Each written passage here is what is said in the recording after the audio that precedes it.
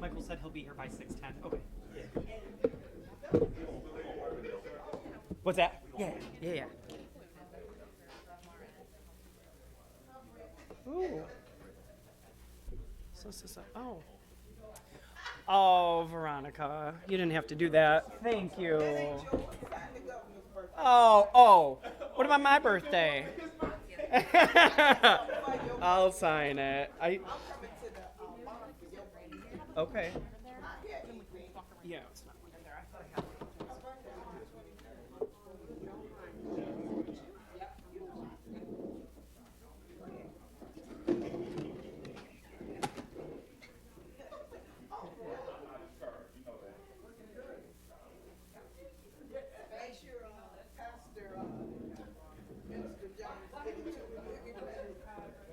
Pastor Parker?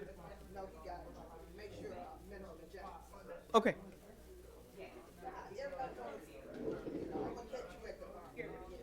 Sounds good.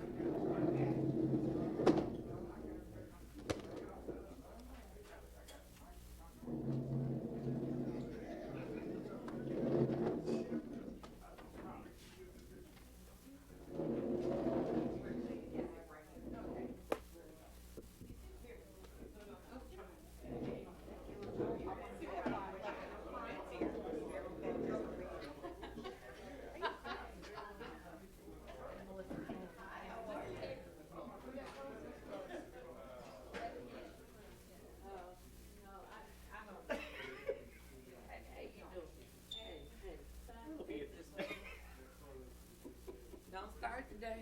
This ain't no fool here. Hey, darling. What you say? Yeah. Yeah, I think they are.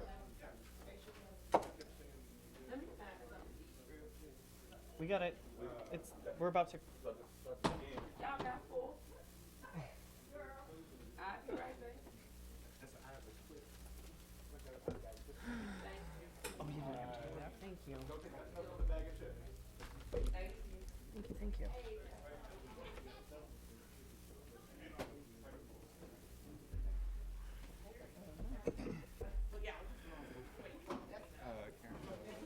Mike said he'd be early.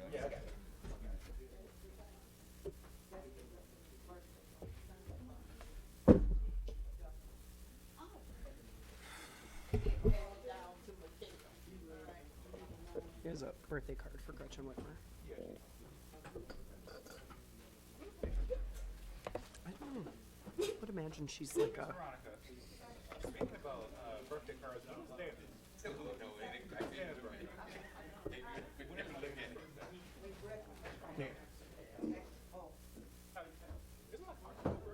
October, I got the date at home. Don't make me take no text, because I don't like that. August 23rd, 1961 is my best friend's birthday. Right now, I'm all okay? Then when that time comes, I'll bring y'all a card so y'all can take care of it, okay? Yeah, you ready on that? Dana has been there for the young guns for a while. So listen, I'm about to bring her back. Thank you for the call. Hello, nice to meet you. Councilman Parker. I know, Mr. Parker, nice to meet you. I'm Melissa Minnick. Well, you know me? Well, I've seen your photos. You have? Well, online. And also the video.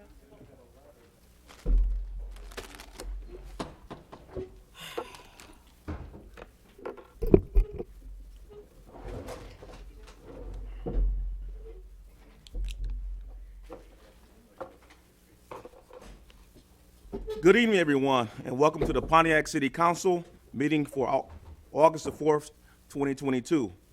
The meeting is now called to order at 6:02 p.m. At this time, Councilman Park, could you please introduce this evening's invocation?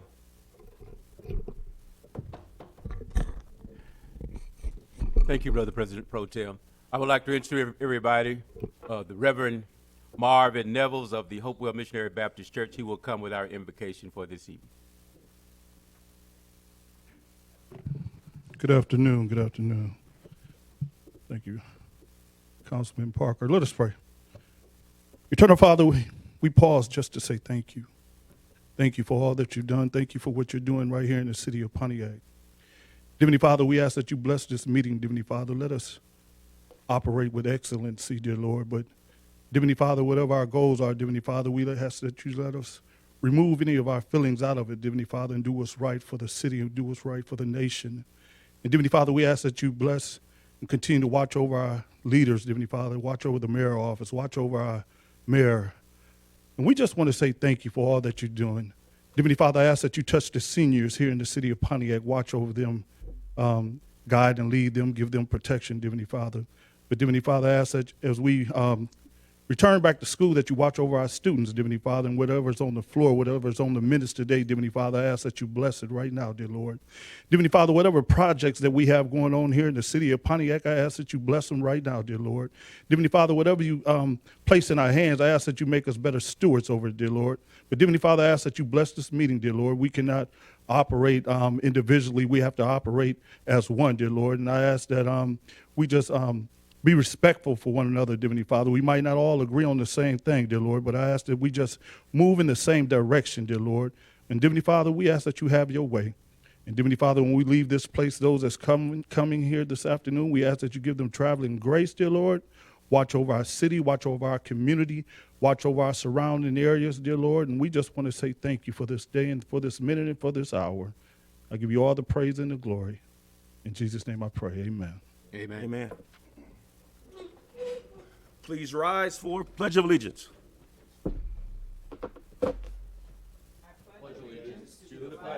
Of the United States of America and to the republic for which it stands, one nation, under God, indivisible, with liberty and justice for all. Thank you. Please remain standing for a moment of silence, please. We remember those that our community has lost since we gathered from our last meeting. Mr. Robert Lee Vaughn, if the community knows of anyone else that has left our community since our last meeting, please silently or quietly mention their names at this moment as we stand in remembrance of them.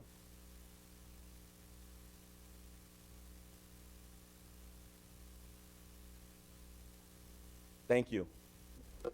Roll call. Clerk Dewey. Present. Goodman, Present. James, Here? McGinnis, Nicholson, Here. Parker, Here. Rutherford. Present. Mr. President, you have a quorum. Thank you, Clerk Doria. We have a quorum. I will not do a motion to authorization to excuse council members from the meeting because President McGinnis is on the way. Is there a motion to approve tonight's agenda? Make So- the So moved. support.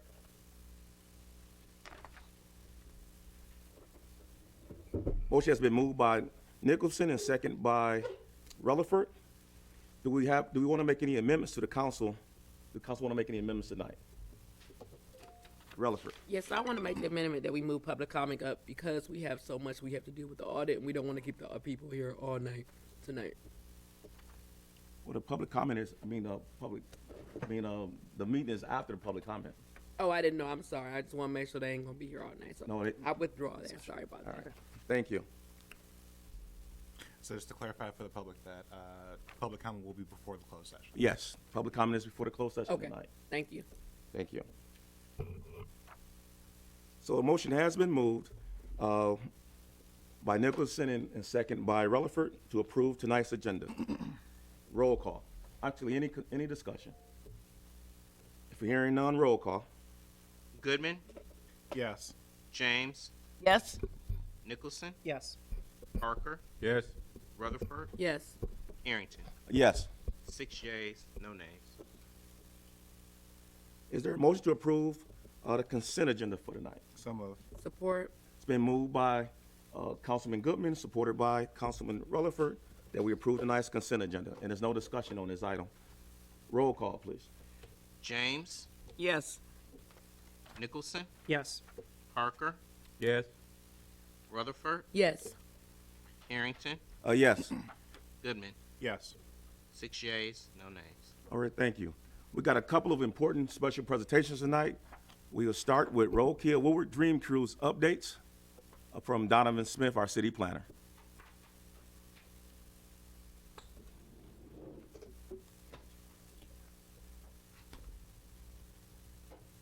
All right. Good evening. Thank you, Council, for allowing me to speak today. First, I want to speak to some of the road closures that would be coming related to roadkill. First, in regards to Woodward Avenue will experience what is called a hard closure, which means it will be closed from all traffic, and this will range from Rapid up to Nebraska. And then there will be a soft closure. This will be closed to traffic except to residents at Orchard Lake Road. There will be additional closures at Franklin Road. This will be from Franklin, will be closed from Rapid to the dead end. There will be additional closures at Earlmore Boulevard from Earlmore to Woodward. South Boulevard will be closed from Woodward Avenue to Franklin Road. In addition to the entrances at Harvey, Highland, Bloomfield, and Howland. In addition, the following streets will be closed at Woodward but accessible from Paddock. These would be Elm, Rayburn, Prospect, East Wilson, Central, and Drexel. The road closures will begin on Friday, August 12th at 9 p.m. and you can expect those road closures to end Sunday morning, August 14th at 9 a.m. And these would be directly related to the activities taking place on the roadkill event on Woodward Avenue. Thank you. Council, we have any questions? Councilman Rutherford. Several. Why are we closing off these streets for these people? This is for the actual roadkill event that happens on Woodward, the drag race event. Okay, but in the past, citizens have been able to make money off this event to actually have parking on the event, so we're not allowing that anymore, and why not? No, I have not spoken to those. Okay. We are still allowing residents to do parking on property. We sent out yesterday a communication notifying residents, all the residents in that area of the road closures. They received parking passes, as we've done in previous years, to allow residents to park on the street, and then any resident who wishes to utilize their property for auxiliary parking for guests can come in and pick up those residential parking passes. Okay, so that has not changed, and there is no fee for residents who wish to do that. Thank you. Thank you. Mr. Smith, is the mic on? Yes, it is. Okay, all right. I'll make sure I talk directly into it. Councilman Parker, I'm sorry. She was first. Councilwoman James. Yes, I have questions about the road closure. You said that's from Friday to Saturday? It's Friday at 9 p.m. and then roads will be open by Sunday at 9 a.m. Okay, so that's 2 days of road closure. There are how are the people who live on those streets going to be able to move in and out? They will only be closed. Woodward will be closed Friday at 9 p.m. and then all of Saturday. The entrances at Woodward from Rayburn, those streets that abut Woodward, just that access road between Woodward and those streets will be closed for that day and a half. Residents will still be able to enter through Paddock to get to those properties. They just cannot go from Paddock to Woodward. That will be closed. And the same for those residents south of South Boulevard. The South Boulevard and road entrances will be closed, but they will still be able to access from the surrounding streets. And when did you said you sent a letter out to the residents, but when were the residents originally informed that these closings would happen? It would be, when they received those letters. The residents and the businesses in the area. So they're being given, a week's notice? Roughly. These events are going to take place on the 12th? Yes. So they're about 10 days notice? Correct. I'm not sure that is, I'd like to see residents given some kind of more of a heads up about this. This is quite a lengthy period of time to have your regular schedule, changed. So I'd like to see us give our residents more notice than 10 days. Understood. Any other questions, Councilwoman? No. Okay. Councilman Parker. Thank you, sir. I heard you say you're giving out parking passes. Are you also giving out no parking passes for those who don't want people to be parking in front of their house or in their drives, all that? We did not send out additional no parking passes. We've only provided parking passes to allow those residents, the homeowners or residents, to park on the street. We did not provide no parking passes. And for those of us who have large parking spots in this, you said we could pick up a license for people to park? Yes, in the Building and Safety Office, you can apply, or I say apply, but it's just a form for you to receive that parking pass to allow you to park guest vehicles on your private property. And will that be free? Yes, the first is free, and the additional, I believe, are $10. And in previous years, we've also had busing going through and from. Is that still going to be in place? M1 may provide their own shuttle for their remote parking lots. The city has not provided additional shuttles. No. Okay. Okay, that's all for now. I'll come and talk to you if I get some more. Okay, thank you. Thank you, Councilman Parker. Councilman Goodman, you have the floor. So the concern that I have is with all this, will there be any detour signs or anything, diverting traffic around that way people are properly able to do so?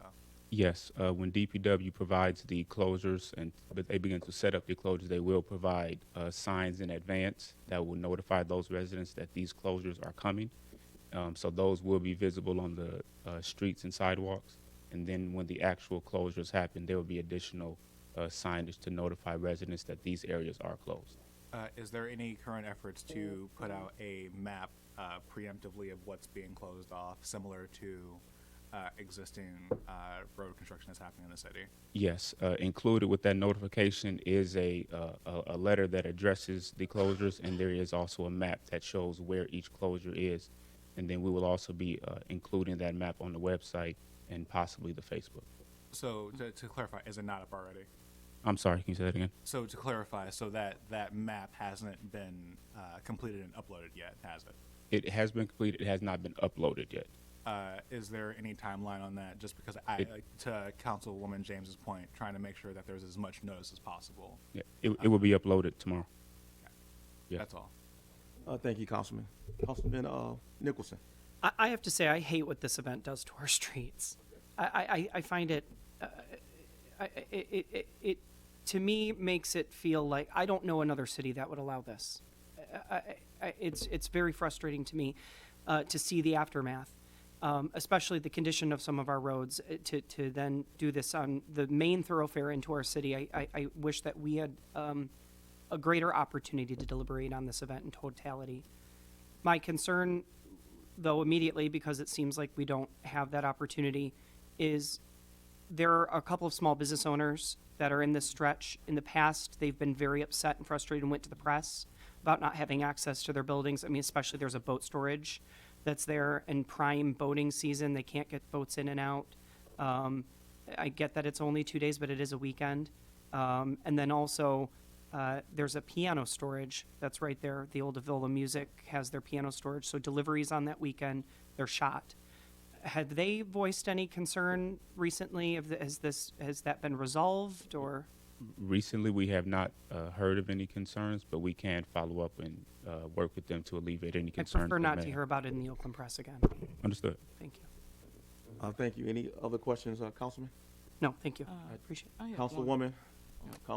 Councilwoman Rutherford. All right, I have two questions I had to gather myself. Number one, how much is the police cost of them actually policing the event costing the city? I do not have that exact number at the moment. Okay. To the legislative side, how much is the police presence costing the city? I don't. So Deputy Mayor. it's not costing the city anything. The event promoter is taking on that charge, but I don't have that number in front of me. So John Witts is taking on the cost of the police, correct? Mr. Witz is not the promoter of Roadkill Nights. Okay, So this is M1. I apologize. Let's keep it orderly. I'm being orderly.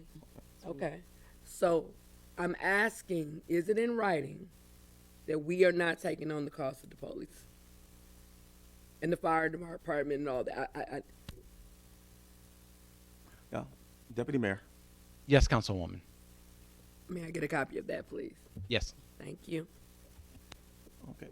Any other questions? Councilwoman James. I don't have any questions. I just have a comment that I would like to see after the event is over, maybe a discussion from the executive side on what the benefits to the city. We do have benefits to the city from these kinds of events, and kind of like a after report on what the numbers were, the participation, and really what the benefits were to the city, so that we can all understand what these things bring to the city. If that would be okay. All right. All right, thank you, Councilwoman. I did have Would- another. Okay, Councilman Parker. And in relation to that, is the person who's sponsoring this event also going to handle the damage to people's private property? That has not been discussed. Can we get that discussed? We can get that discussed. Thank you. The speaker has been exhausted on this particular issue. Mayor Grimo, do you want to take a moment to address some of the council's concerns? Well, we take the input very seriously. I was not aware of any concerns expressed by business owners along there, so I will certainly follow up with Councilman Nicholson offline to learn more about that. This is the first I've heard of that particular concern. I also am interested to know more about the damage to the pavement, whether it's superficial in terms of tire marks or whether it's structural in nature, such that it affects the longevity of the roadway. The potential benefit to the city, I'm sensitive to as well, because I can see the potential benefit if crowds were gathering downtown and therefore frequenting downtown businesses. But I share some of the questions about whether this is much of a benefit to the city in its current location. And so we have begun some conversations with M1 and the promoter, which is a auto-related magazine, about future events. I think there were a lot of assumptions in place based on past years hosting this event, such that when this event came up, there were some assumptions about what the city would allow in doing it as it has occurred in past years. And I think we now have a sufficient amount of time before next year's event to have a more thorough vetting of the concerns, questions, and trying to decide whether or not we want the event, but also, if we do have the event, how do we shape it in such a way that it benefits the residents and businesses as opposed to detracting from their quality of life and economic success. Thank you, Mayor Grimo. Councilwoman Rutherford. Mayor Grimo, earlier this year, I talked about a sound barrier wall. Was it ever addressed with them? Because they wouldn't be allowed to have this type of business in any other city without a sound barrier wall. And my question is, do we have any legs to stand on to get that to happen? Because the residents are not fans of this event. They're not fans of M1. And my hesitation to be supportive of it is because they never go to the residents. They tell them what they're going to do. They never ask them, can they do?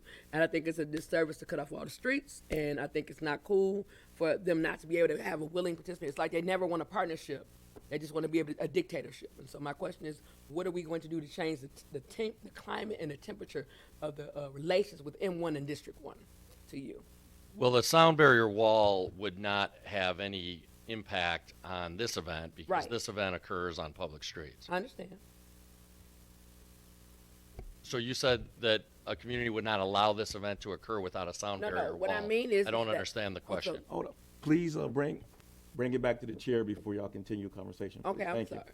What I'm asking is, I would like to see a more community partnership with M1 and District 1. That's all I'm asking for. Like, they're never coming, and for my own self, I never feel welcome or engaged in any of the events that they have there. And the residents complain about the sound and what it does to the quality of life. So I was just asking you, is there a way later on down the line that we can go back to when we was talking about the sound barrier wall and about changing the temperament and the climate between M1 and District 1? Okay, so not. Mayor Graham, you have the floor. Thank you, Mr. President. So not really in the context of this event, but in general in terms of M1. Okay. You and I have talked about that more than once. I have had those conversations with M1. We have begun having some conversations with legal counsel about what our rights are in terms of the concerns regarding sound from M1. As you know, M1 has engaged in some degree of community participation. In particular, their annual fundraiser that they just launched this past year supports M1 Mobility, that program to provide for more helpful transportation options for Pontiac residents who do not have access to vehicles. They also have done some cleanups at our Dunlop Park, and as we've also discussed already at past city council meetings, we're in the process of having conversations with them about funding specific infrastructure improvements at our Dunlop Park. In addition, they organize an annual turkey giveaway that provides thousands of turkeys every year in the city in conjunction with Thanksgiving. But we certainly want to make sure that they're doing more in the community, and we've, as you know, had those conversations with them. I know that you've personally spoken with the owner of M1 Concourse and had a meeting with the owner of M1 Concourse about that as well. In regard to the sound question, they have to abide by the same decibel restrictions as anybody else in the city.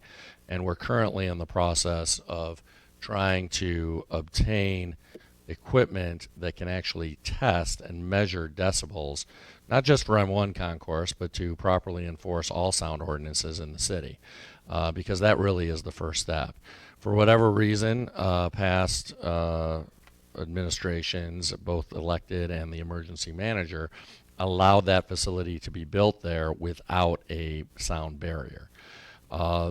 So we don't have good legal options to force them to build a sound barrier there. What we do have good legal options is making sure that they're abiding by the city's sound ordinance and making sure that they're being properly fined and cited if any decibels emitting from that property exceed that sound ordinance. But the first step is actually obtaining equipment that can measure the decibels, because absent such equipment, there's no good way that we can actually enforce the city's sound ordinance. Thank you. Thank you, Mayor Grimal. With the speaker list exhausted, I'd like to thank the council for their concerns and questions concerning this particular presentation. Next, we have, I think, what most everybody's been waiting on, is our forensic audit findings, and I'll turn that over to you, Mayor Grimal. Thank you very much, President Pro Tem Carrington. As council knows, one of our very first orders of business back on January 4th was to set in motion the process for selecting a forensic audit firm and ultimately proceeding with a forensic audit. We have, as you know, selected Marsh Minnick to do that work. Marsh Minnick concluded their report and has now provided a written report to council members. The executive branch met with Marsh Minnick last evening to go over their findings as well. I think it's fair to say that there are a number of troubling findings in the report that you have access to, but I don't want to get into the details. I'd rather allow Marsh Minnick to present their information and findings. As you know, I believe council is intending to go into a closed session with the city attorney later to talk about any legal ramifications. But in the meantime, I'd want to welcome up Marsh Minnick to the podium to begin their presentation for the public and for city council right now. Welcome. Please could you state your names for our public record? Yes, good evening, City Council members. I am Melissa Minnick, and accompanying me is Brandy Marsh. So thank you for having us in this evening. As you know, we have concluded the forensic audit. It is a lengthy report of over 170 pages. So I am going to do my best this evening to give you an oral verbal presentation of that lengthy report. Naturally, you'll probably have some questions. I will try and take moments to pause to allow you to answer questions during sections. So first tonight, I'd like to talk a little bit about the differences between a normal annual financial statement audit versus what a forensic audit is. Secondly, I'd like to tell you about how we performed the audit. Third, I'd like to tell you about the findings, which predominantly included contracts and conduct. Fourth, I definitely want to talk to you about recommendations for how to potentially make improvements going forward. And then lastly, I do want to make sure we answer any questions that you have. So with that being said, I'd like to get started. Yes, continue. Thank you. So first, the differences between a financial statement audit and a forensic audit. So a financial statement audit is something that Pontiac has done annually. It is just a review of your basic financial statements. Those basic financial statements include your balance sheet, your statement of net position, your statement of cash flow, and others. Those financial statements undergo a very limited consideration of risk and internal controls and sampling of financial transactions so that a public accountant can form an opinion regarding the relevancy of the financials and materiality. That is very different than a forensic audit. What a forensic audit is conducted on an as-needed basis only. There must be predicate in order to conduct a forensic audit. Predications for a forensic audit include wrongdoing, such as potential fraud, waste, abuse, misconduct, or mismanagement. Forensic auditors investigate red flags of suspicious activity and allegations. Allegations specifically including identifying evidence of wrongdoing, documenting evidence in a fact-based report of findings, which here in Pontiac we concluded on July 31st, 2022. Our reports are not a matter of opinion because they are fact-based on evidence. There's a calculation of impact and magnitude of wrongdoing, and then again, supplementary recommendations for improvement. Now I'd like to talk about how we performed the audit. Forensic audits happen in 4 phases. The first phase is information gathering. The second phase is financial analysis and forensic testing. The third phase is compilation of results. And the last phase is actually the report and the recommendations. The forensic audit for Pontiac scope period was January 1st, 2014 until March of 31st, 2022. That included 8 years and 1 quarter. The forensic audit occurred in an orderly process. First, we start with general information gathering, and then we narrow down to specific information as we're able to substantiate allegations with the evidence that we found. The information gathered in total was 554 gigabytes of data. We were on site for a week between May 3rd through May 6th of this year, where we scanned paper-based records and collected electronic data. The city fulfilled 2 information requests, which included a lot of records such as bank statements, financial exports, financial systems, emails, computer files, shared drives, and other internal working papers. We submitted FOIAs to a state entity as well as county offices to get information.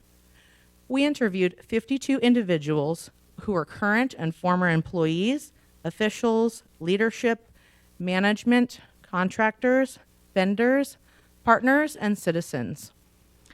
There was 1 person who declined to participate, and there were 11 people who were non-responsive to participate. I will come back to this in a minute.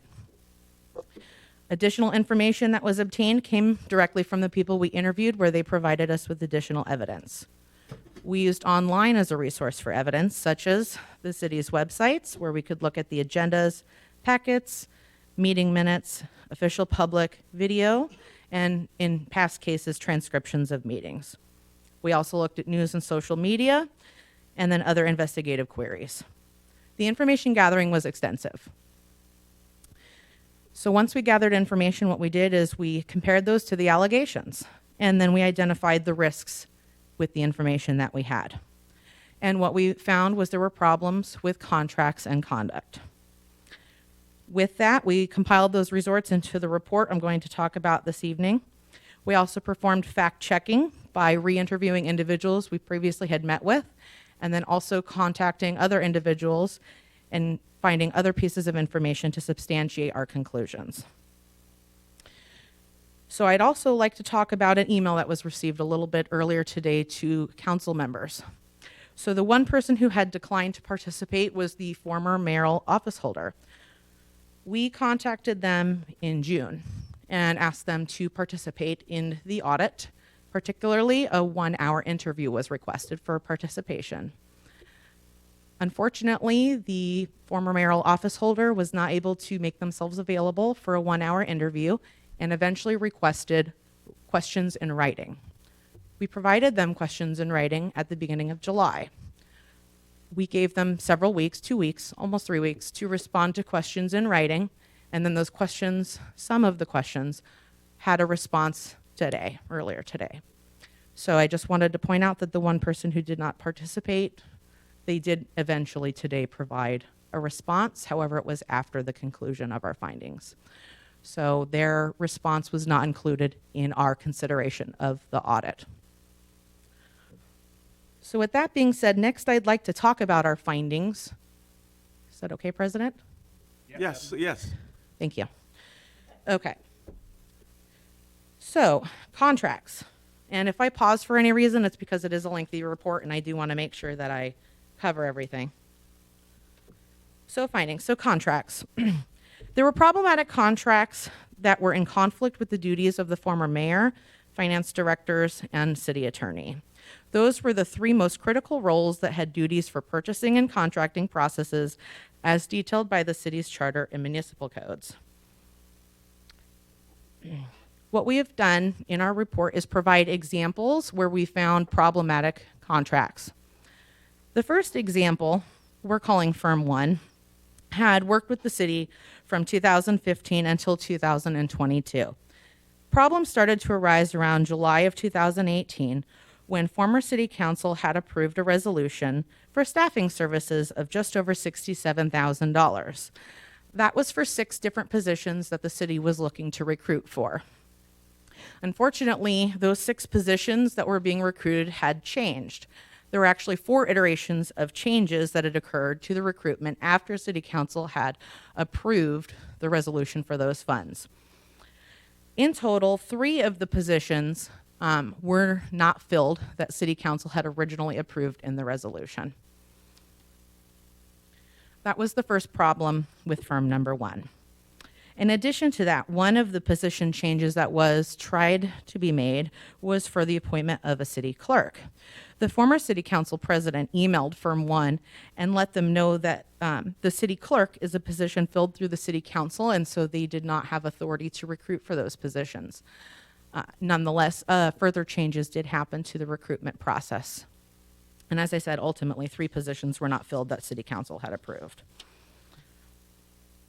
The next thing I'd like to talk about regarding firm 1 is the hiring of an interim finance director, which they helped to hire for. So in April of 2019, the former administration wanted to hire an interim finance director, and they wanted to use firm 1 services for that recruitment.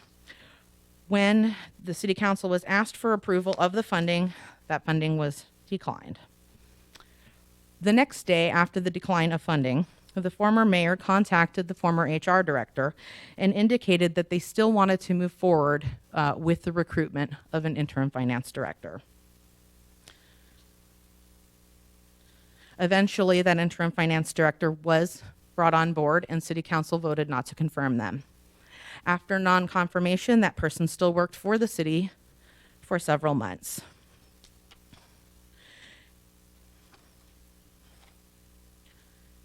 The next problem I'd like to discuss regarding Firm 1, recruitment services, was for a deputy mayor position.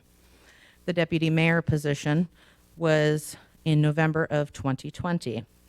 At that time, the city council was engaged, the former city council was engaged for a contract for $26,000 to recruit a deputy mayor. That resolution failed. Following that resolution, a consulting agreement was made with Firm 1. That consulting agreement was for $10,000 even, which is the discretionary spending limit for the mayor without city council approval. So the consulting services were right up to that threshold. After that point, there was actually a second $10,000 payment that was made to Firm 1. At that point, $20,000 had been paid above the discretionary spending limit of the former mayoral office holder. It seemed concerning that the purchase order for that second $10,000 payment was unilaterally approved by a finance director. Additionally, that finance director's initials appear on the invoice that was used to make that payment. That payment seemed improper. Ultimately, there were two candidates considered for deputy mayor that were recruited by Firm 1. One of those candidates actually had negative news that the former city council had identified in May of 2021. Nonetheless, the former executive office did decide to hire that person. Ultimately, that person only worked for the city with 48 hours of wages before they were terminated due to that negative news. That cost $4,623 in wages to the city. There was also a third. I want to give the floor to Councilman Goodman for a clarifying or underscoring question. And just to solidify that point, for that candidate, that cost was incurred over how much time? 48 hours. Thank you. Yes, sir. Please proceed. May I continue? Thank you. So there was a third candidate being considered for deputy mayor. That candidate was brought to city council for confirmation, and city council chose not to confer that individual. That individual was put into an interim deputy mayor position and remained in that position until the end of the former mayor's tenure. In summary, those are the contract problems that we found for Firm 1. I will pause to see if you have any questions related to those. Further questions on Firm 1 contract issues? Please proceed. Thank you. Thank you. Okay. So example number 2, firm number 2. They did business with the city from 2014 until 2022 when we were examining. 8 days before the end of 2017, the city had what we're calling eventually a self-created crisis. And this was a crisis for public safety services. There was a contract that was expiring, and it was just until the very last minute when it was renewed. There are 3 addendums in question, addendums G, H, and I. G and H were for planning and code enforcement services that were brought in-house. Those did not have any material changes between when the city council reviewed the contract to when the former mayoral executed the contract. However, addendum I is where we had problems. Addendum I was for building and safety services. The contract for addendum I was provided in the city council packet, and the city council voted to approve addendum I exactly as stated in the resolution that they had seen. What had happened is that there was a trifurcation of services that were being offered. The building and safety services were going to continue to be done by Firm 2, but the planning and code enforcement was going to be brought in-house.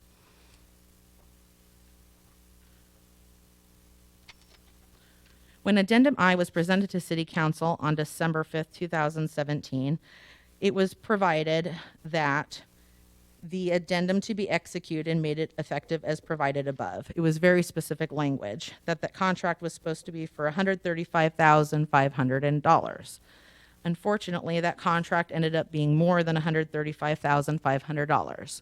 The reason for that is because when the former mayoral office holder executed the contract, they negotiated it so firm 2 had annual increases in compensation.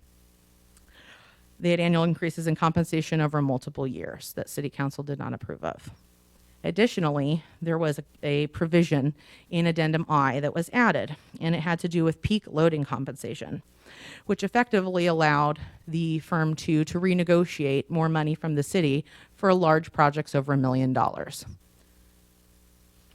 At that time, the city had done a bid with the county for a large project at the former Silverdome site. So what happened is that provision that was authorized by the former mayor but not authorized by City Council led to the city having to pay almost $1 million more money in building and safety services for that new facility at the Silverdome site. The total amount, in fact, was $961,814.60. And so can you elaborate further on sort of what that trigger was? Is it essentially paying higher versus using another firm or county entity to conduct those services? Or is it a matter of some timing of that led to a price increase trigger? So the provision in Addendum I that allowed for renegotiation for large projects, that is what was triggered when the facility being built at the Silverdome site was officially announced that it would move forward. So had that provision not been there, then there may have not been those costs to the city. And that addendum was never brought before City Council, or was there an unfavorable decision that was rendered by the City Council, but it was effectuated regardless? Thank you. So the Addendum I that was presented to City Council did not have that peak loading compensation provision. They did not see that provision. If you want to continue, and then more questions Okay. for this particular firm. Anything further on this firm that you'd like to offer? Let me see here. Those are predominantly the results for firm number 2. Any further related questions at this juncture? Councilman Rutherford? I'm just trying to get clarity. You said the Silverdome site, we paid how much? It was what was constructed on the former Silverdome site. I believe it was Amazon. Okay. Is that clarification for you? Yep, I just couldn't, you did it for me, thank you. Thank you. Councilman Nicholson? The items that were charged related to peak loading, it looks like were for building inspection costs. That's right. So the issue, of course, that we're taking is that this wasn't approved. This addendum wasn't in front of the former City Council. Realistically, this building would had to have been inspected. So to my colleague's point, I think that there is, to put it all together, there would have been some additional cost. Clearly, the contract that was approved was not sufficient to be able to inspect such a large facility. But we don't know what that would have been or could have been. We would not know what that would have been. Additionally, the city has procedures for purchasing and contracting processes that they could have followed otherwise to make sure they got the right price and the right quality of work. But with that provision that was added to Addendum I after City Council had seen it, it effectively limited their ability to do the purchasing and contracting processes. Councilman Nicholson? Do we know that those services were provided by the original contractor, or were they subcontracted, those peak loading services? My understanding is it was provided by the original contractor. Thank you. Other further questions on firm number 2? Please proceed. Thank you. Firm number 3. Firm number 3 had a complex business structure. On page 55 of the report, we tried to create a diagram to reflect the structure of the organization. So firm number 3 started working with the city in 2005 through 2021. Initially, it was with actually the owner of the firm, the owner's name directly, that the city was doing business with. The city had paid over $10,000, just over $10,000, before the former mayor, the former city administrator, and a former finance director went before the RTAB to request a no-limit contract for Form 3. That no-limit contract was declined, and instead, the RTAB authorized only an additional $15,000 in spending to the owner of Firm 3. More than $15,000 was paid to the owner of Firm 3 after RTAB's approval. There are invoices on page 56, which reflects the former mayoral office holder's signature, that reflect they were the primary approvers of the engagement with Firm 3. And RTAB kept a transcript of their meeting, which is how we know that they approved the additional $15,000. The transcripts are on pages 57 and 58. And to confirm, per Councilman Goodman's question, this is 2015 in question, correct? Let me look back at my report. And then 2016 Correct. at the beginning. They started working with the city as early as November 2015, but the meeting with the RTAB occurred in February 17, 2016. Thank you. Yes.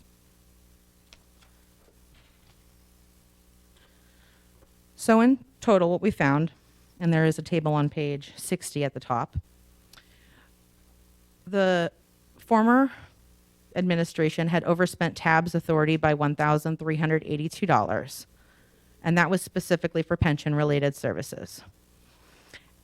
Additionally, after that, there was other unauthorized spending that had occurred, which was not re-engaged by RTAB or with City Council. Therefore, in total, there was $37,685 spent, where there was $22,685.30 spent in excess of what was approved. And that's Firm 3. Firm 3. Any further Firm 3 questions? Please proceed. Thank you. Firm 3 changed the types of services that they were offering the city in June of 2017. Previously, the former Firm 3 was providing pension and retiree litigation services. But in June of 2017, there was a new proposal for services related to general advisory services. That general advisory services was for $13,800 per month. That amount of money would have required City Council to approve a contract. However, that proposal did not have a signed contract, yet the city paid $13,800 a month. On the bottom of page 65, there is a table that shows you how many payments were made unauthorized by City Council. In total, there was $152,989.05 that was paid without former City Council's approval and without former RTAB's approval. At that time, it looked as though the former executive office was operating without a contract as well. We did not find a signed contract with that company. So the issue is dually, not only authorization from either legal entity that could have authorized it, the Pontiac City Council or the RTAB, but also no contract, regardless of authorization, was able to be documented or located. That is right. Thank you. Yes. And that's for Firm 3 in the new permutation, the new utilization. The new permutation is the correct way of putting it, yes. Further questions as we're going along with this new use of Firm number 3? Councilman Goodman, Councilwoman Rutherford. And so how I'm seeing some of this is that obviously the previous mayoral office holder was operating knowing that many of these things were in clear violation of rules, especially like one of the paragraphs I'm looking at here, being aware that they were operating without an executed contract.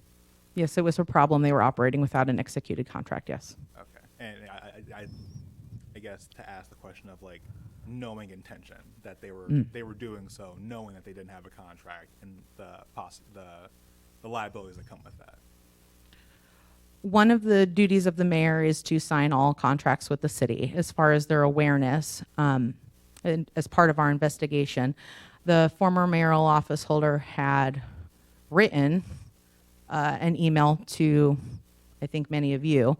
And in that had stated that I think they were basically trying to get legal counsel pertaining to the forensic audit. And they had actually indicated that all executive officers must sign contracts. And Randy, could you find me the page? We're going to find the page number that's on. So it did appear that the former mayoral office holder was aware that they needed to sign contracts. Thank you. Yes. We'll find that page number for you to reference. Understood. Councilwoman Rutherford, you have the floor. I'm a little confused.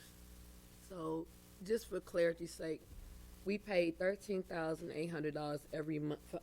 What's the timeline? So the table is on 60. Let me get I that know. back from her. I need it to be said out loud. Yes, ma'am. Let me get the councilwoman. I'll grab the page.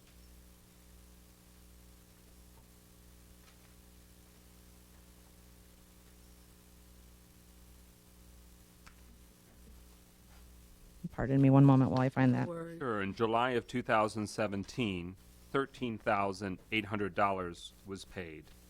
In August of 2017, $13,800 was paid. In September of 2017, $16,869.76 was paid, the monthly fee plus expense. In November of 2017, $13,800 paid. December of 2017, $13,018. Later in December 2017, another $13,800, presumably them catching up with the missed month that came a few months prior. February 2018, $13,800 paid.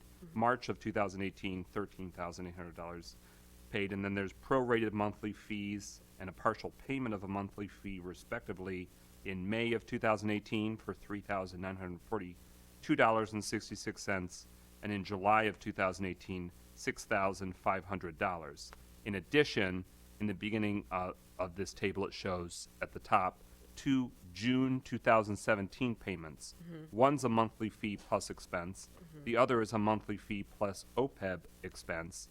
And those two numbers, respectively, are $14,024.26 and $15,052.37. So are those first two June 2017 payments under their previous relationship with the city, or is this all unauthorized spending details for this firm, which total $152,989.05, basically spanning almost an entire calendar year, well, starting in June 2017 and going through July 2018, so a solid 12 months. That is correct, thank you, and that is on page 65 at the bottom that you're referencing. And yes, those are all unauthorized spending because they were above the former mayoral's office holder's discretionary limit. It was unauthorized by city council. It was not authorized by our tab. That's what I just wanted it to be said, just so that I, for myself. Thank you for the question, Councilwoman. No worries.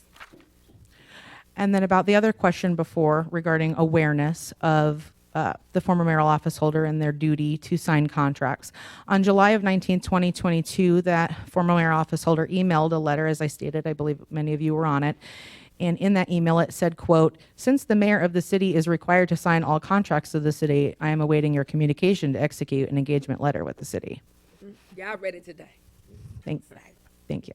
Councilman Parker, you have the floor. Thank you, sir. I just have a question real quick. You mentioned earlier that all contracts have to be signed by the mayor. Is it possible that any of those signatures she could have delegated that to someone else? We did not see any evidence of that. Thank you. Any further questions with the information that's been covered so far? Please forge ahead. Thank you. It appeared that the former city council became aware of Firm 3 on April 4th, 2018. And the reason for that is because a hearing for the prior services of pension litigation services became known. At that point is when the former finance director had requested additional invoices from Firm 3. The additional invoices were for itemization because previously the invoices just said for advisory services. The additional detail on the invoices was vague that was still provided. Additionally, at that time is when we see the former city council reaching out to the city attorney for advice on how to handle the matter because they had not approved any expenses to the firm at that point. And that concludes firm 3, if there are any other questions. Please forge ahead. Thank you. So we're on example 4 now, page 74. And this is pertaining to a firm 4A and 4B regarding the former Youth Recreation Center. So firm 4A worked with the city from 2019 until 2022. It was actually a lease payment for the facility. A lease payment from firm From the city for the building. Okay. The Youth From Rec. the City of Pontiac to firm 4A for the purposes of leasing the building. That is correct. Thank you. Thank you. In the city council approval, they provided on June 8th, 2018, it said that the city would pay in total $300,000 a year for the lease. However, the contract that was signed by the former mayor office holder on page 76 actually has $312,000. So that is a $12,000 a year over expense than what the city council had approved for the lease on the building. Any questions on that section? And that was an annual term for that? They paid monthly, but the contract is on an annual term. And that was executed on the date, time frame? First day of July 2018. Thank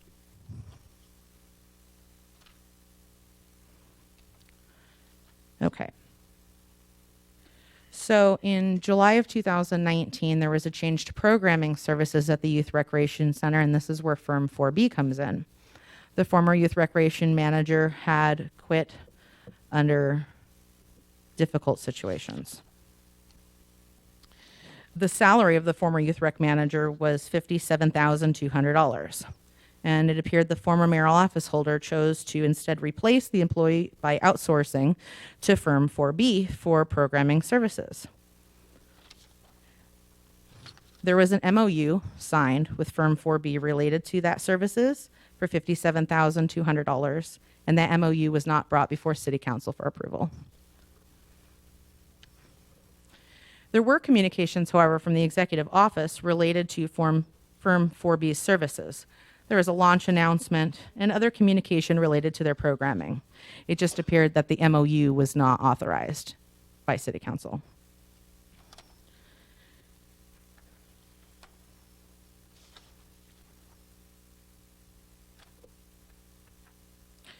Firm 4B complained of difficult engagement with the city and ultimately left the city as well under a difficult situation. I'm going to talk about the holdover next. So any questions on 4B that was just offered? My question is, were the complaints dealing anything in terms of the regular and timely payment or the amount of payments, or was it, how would you define it, and what are the implications for the city of Pontiac? It was a hostile work environment that was complained of. Understood. Other questions on firm 4B as it relates to youth recreation? Councilman Rutherford, you have the floor. It was, there's a part in here that says it was an additional $5,000 paid. Can you, it's on page 77, or, I see the 57,200, but it was an additional 5,000 paid. Can you elaborate on that? Why that was paid? Speaking about the budget for the youth recreation manager. So we were paying the same individual, the entity, which is 41, 42, 43, who changed their names 3 times, 3 different amounts. I'm going to let Ms. Marsh talk about that. It occurred over multiple fiscal years, which is why you see the extra 5,000. Okay. So they stayed within the budget of the position, but over the second fiscal year, they paid an additional amount of money.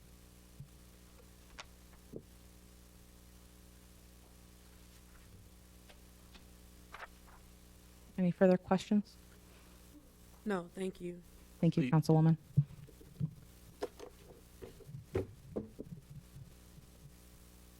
Thank you.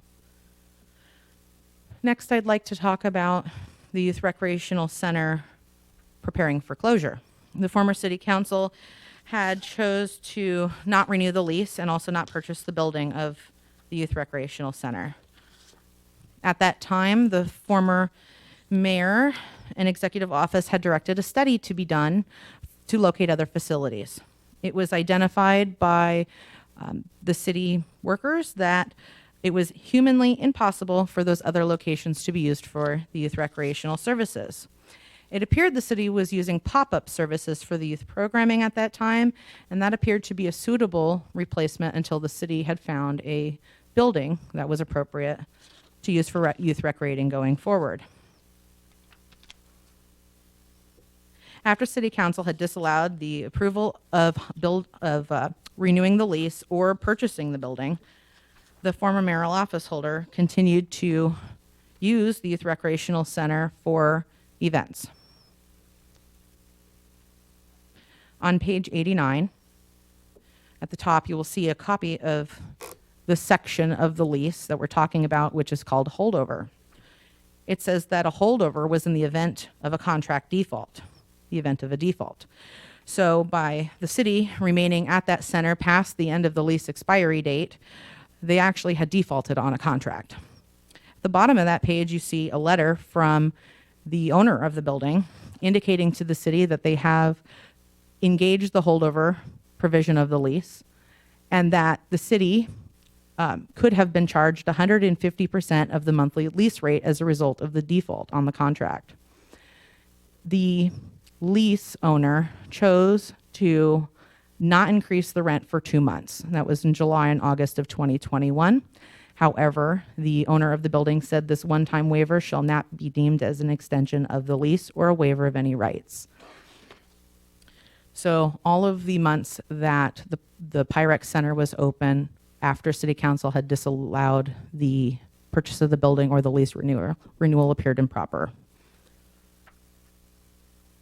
On the bottom of page 90, there is a letter from the former mayoral office holder that said, by the way, let them know that we still have youth operations functioning out of the center and a whole school of furniture and equipment still there. Council has no authority to direct administration on how to administer the program. As long as we keep paying them monthly rent as a legitimate operating expense from the millage, there is no indication that we will be evicted or otherwise prevented from continuing our month-to-month status for now. This indicated that there was willful noncompliance with City Council's directive to not stay in that building past the lease expiry. Any questions related to this section? Councilman Goodman, you have the floor. I mean, just to further re-solidify, so it's very clear that the actions of the former mayoral office holder to stay in that building after being told expressly not to stay in it was a conscious decision based on that letter that was received. That's what it appeared to us. Thank you. Other discussion? Councilman Rutherford, you have the floor. My discussion is about the $251,295.56. It's on page 92. Thank you, ma'am, for the page. I'm with you. When it said, I'm not gonna. That is correct. The $251,295.56 was the amount of costs the city paid following the expiry of the lease when they had defaulted on the contract. So from August to January, we paid $251,295.56. Yes, because that also included property maintenance costs and other costs related to keeping the facility open when it was disallowed. And just for the people at home, that was not authorized by the previous council, correct? That is correct, Councilwoman. Yes. And did the holdover contract clause involve a higher cost? Because you indicated that for 2 months they had, as a good faith gesture to allow time if they were going to exit the building, that it would still allow for that same rate. So there was a higher rate based on this. That is correct. Clandestine continuation of the month-to-month situation. So the holdover contractual language had a higher expense to the taxpayers of the city of Pontiac. That is right. Other, Councilman Goodman. And so I want to ask a question because some of the information in here seems to, I guess, highlight something. So with the way that we were being a holdover tenant, at no point did firm for a create a month-to-month contract. We were just occupying it and, of course, paying the fee associated with not leaving. Correct. There was no new lease engaged upon. It was just those provisions of the existing lease, those holdover provisions that were triggered because of the event of default. Which, to that point, later on in here on page 92, I see that the former deputy mayor had stated to the sheriff in the specific case about the city and the building owner coming to a month-to-month contract, essentially, or an agreement on a month-to-month basis, which would be, based on what you just said, false. That statement appears flawed, yes. Thank you. Yes. On a related note, was that prompted because the Oakland County Sheriff's Department was investigating something directly related to this?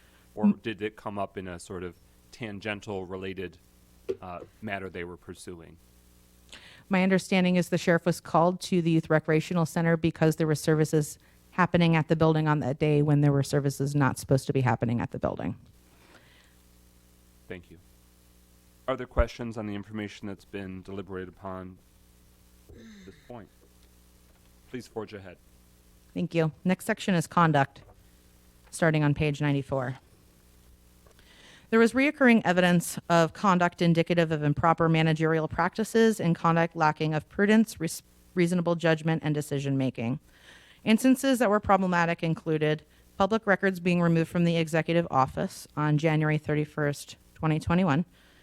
City's You mean December 31st? December 31st, 2021, New Year's Eve. City's public email system was used for election campaign finance materials and fundraising for private foundations. There were expenses for unnecessary events that were out of pattern for the city to hold. There was commingling of public and personal affairs that led to perceived impropriety of conduct. And there was public officials using their influence to procure a benefit for their personal foundation where they were a director. Ooh. Is there a question? Did you just say that? Councilwoman Rutherford, you have the floor. Can you say that last part one more time? Can you say the last one you just said? The last one I just said was public official using their influence to procure a benefit for a foundation where they are a director. Okay. So we're on conduct, and instances of problematic conduct have just been shared. Anything further on those summary points? Thank you. That is correct. That was page 94. Please proceed. Thank you. What we used for reference for standards at the city was on page 95. There was 2 versions of employee handbooks that were published. One of those was published by the former mayor office holder and the former deputy mayor. So it appeared that they were aware of the conduct that they were expecting at the city. Conduct is important because it directly affects the internal controls of the city's ability to safeguard funds. Unfortunately, the city demonstrated an inability to effectively communicate in a manner to mutually achieve objectives at that time. The first instances I'd like to cover is the farewell events that happened in December of 2021. There are actually 2 events that were labeled farewell that happened in December of 2021. One was a personal event, and one was a city-hosted event. Bless you. I'm going to talk about the city-hosted event first. The city-hosted event was labeled as a State of the City address, which seemed unusual because normally Pontiac had held the State of the City address in the summertime in June or July. But this one was held in December of 2021 in a fiscal year where State of the City had already been presented. The National League of Cities, where Pontiac is a member, indicates that the State of the City is to set the agenda for the year ahead and financial policies and how the city will operate going forward. It seemed unusual that a State of the City would occur at a farewell event when that's looking at the past and not going forward. The former city council disallowed any expenses related to a December State of the City farewell event.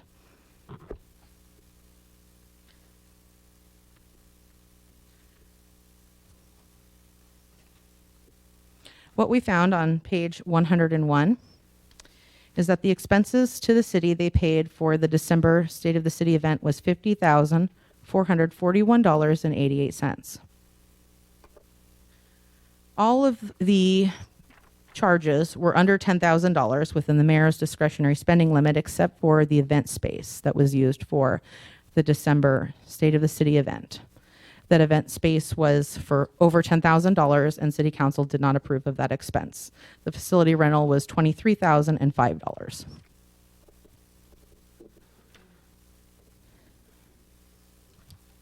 There was a city planner that was hired for both events. They worked on both events. On page 103, we can see a memorandum of understanding that was engaged with this planner to plan for the events. On the memorandum of understanding we found, it was actually handwritten in financial analyst, flat fee of $2,500 per payroll, which seemed unusual because the event planner wasn't an employee nor was providing financial analyst services. That Councilman event, Goodman, I'm sorry, just a clarifying question. And we're looking at this, page 103. Councilman Goodman. I would just like to ask if you can repeat that again so I can like try to really latch on to that last statement. yes. So there was an event planner hired for both the personal event in December and the city event in December. That event planner was hired through a memorandum of understanding on page 103. That person's title on that, handwritten, is financial analyst, stating they'd receive a flat fee of $2,500 per payroll. That person was never on payroll, nor a financial analyst. And so, and again, tell me if you can't answer this question. Would you say that it is fair that handwritten change was meant to, in ways to circumvent any suspicion from just outright hiring an event person? That's what it appeared to us. Thank you. And that is under the former mayor's signature dated November 15th, 2021. And the handwriting appears to match the signature and the date that was manually inserted there. Is that your analysis as well? Yes, that is our analysis as well. Right below the image of the memorandum of understanding, there's also a purchase order log, which shows that was unilaterally purchased by a finance director. Yeah. And was this event planner who was passed off as a financial analyst, had they ever had any contractual or direct employment relationship with the city that you, to your recollection, that you came across, or was this somebody that the city was newly engaging with? We had not seen prior engagement with the city and this person. Thank you. Mhm. Councilman Nicholson, you have the floor.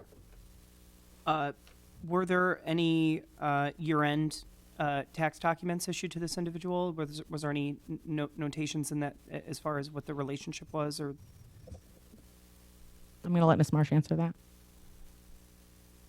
She was an independent contractor, so we didn't see any tax documents. In total, that person was paid $7,500.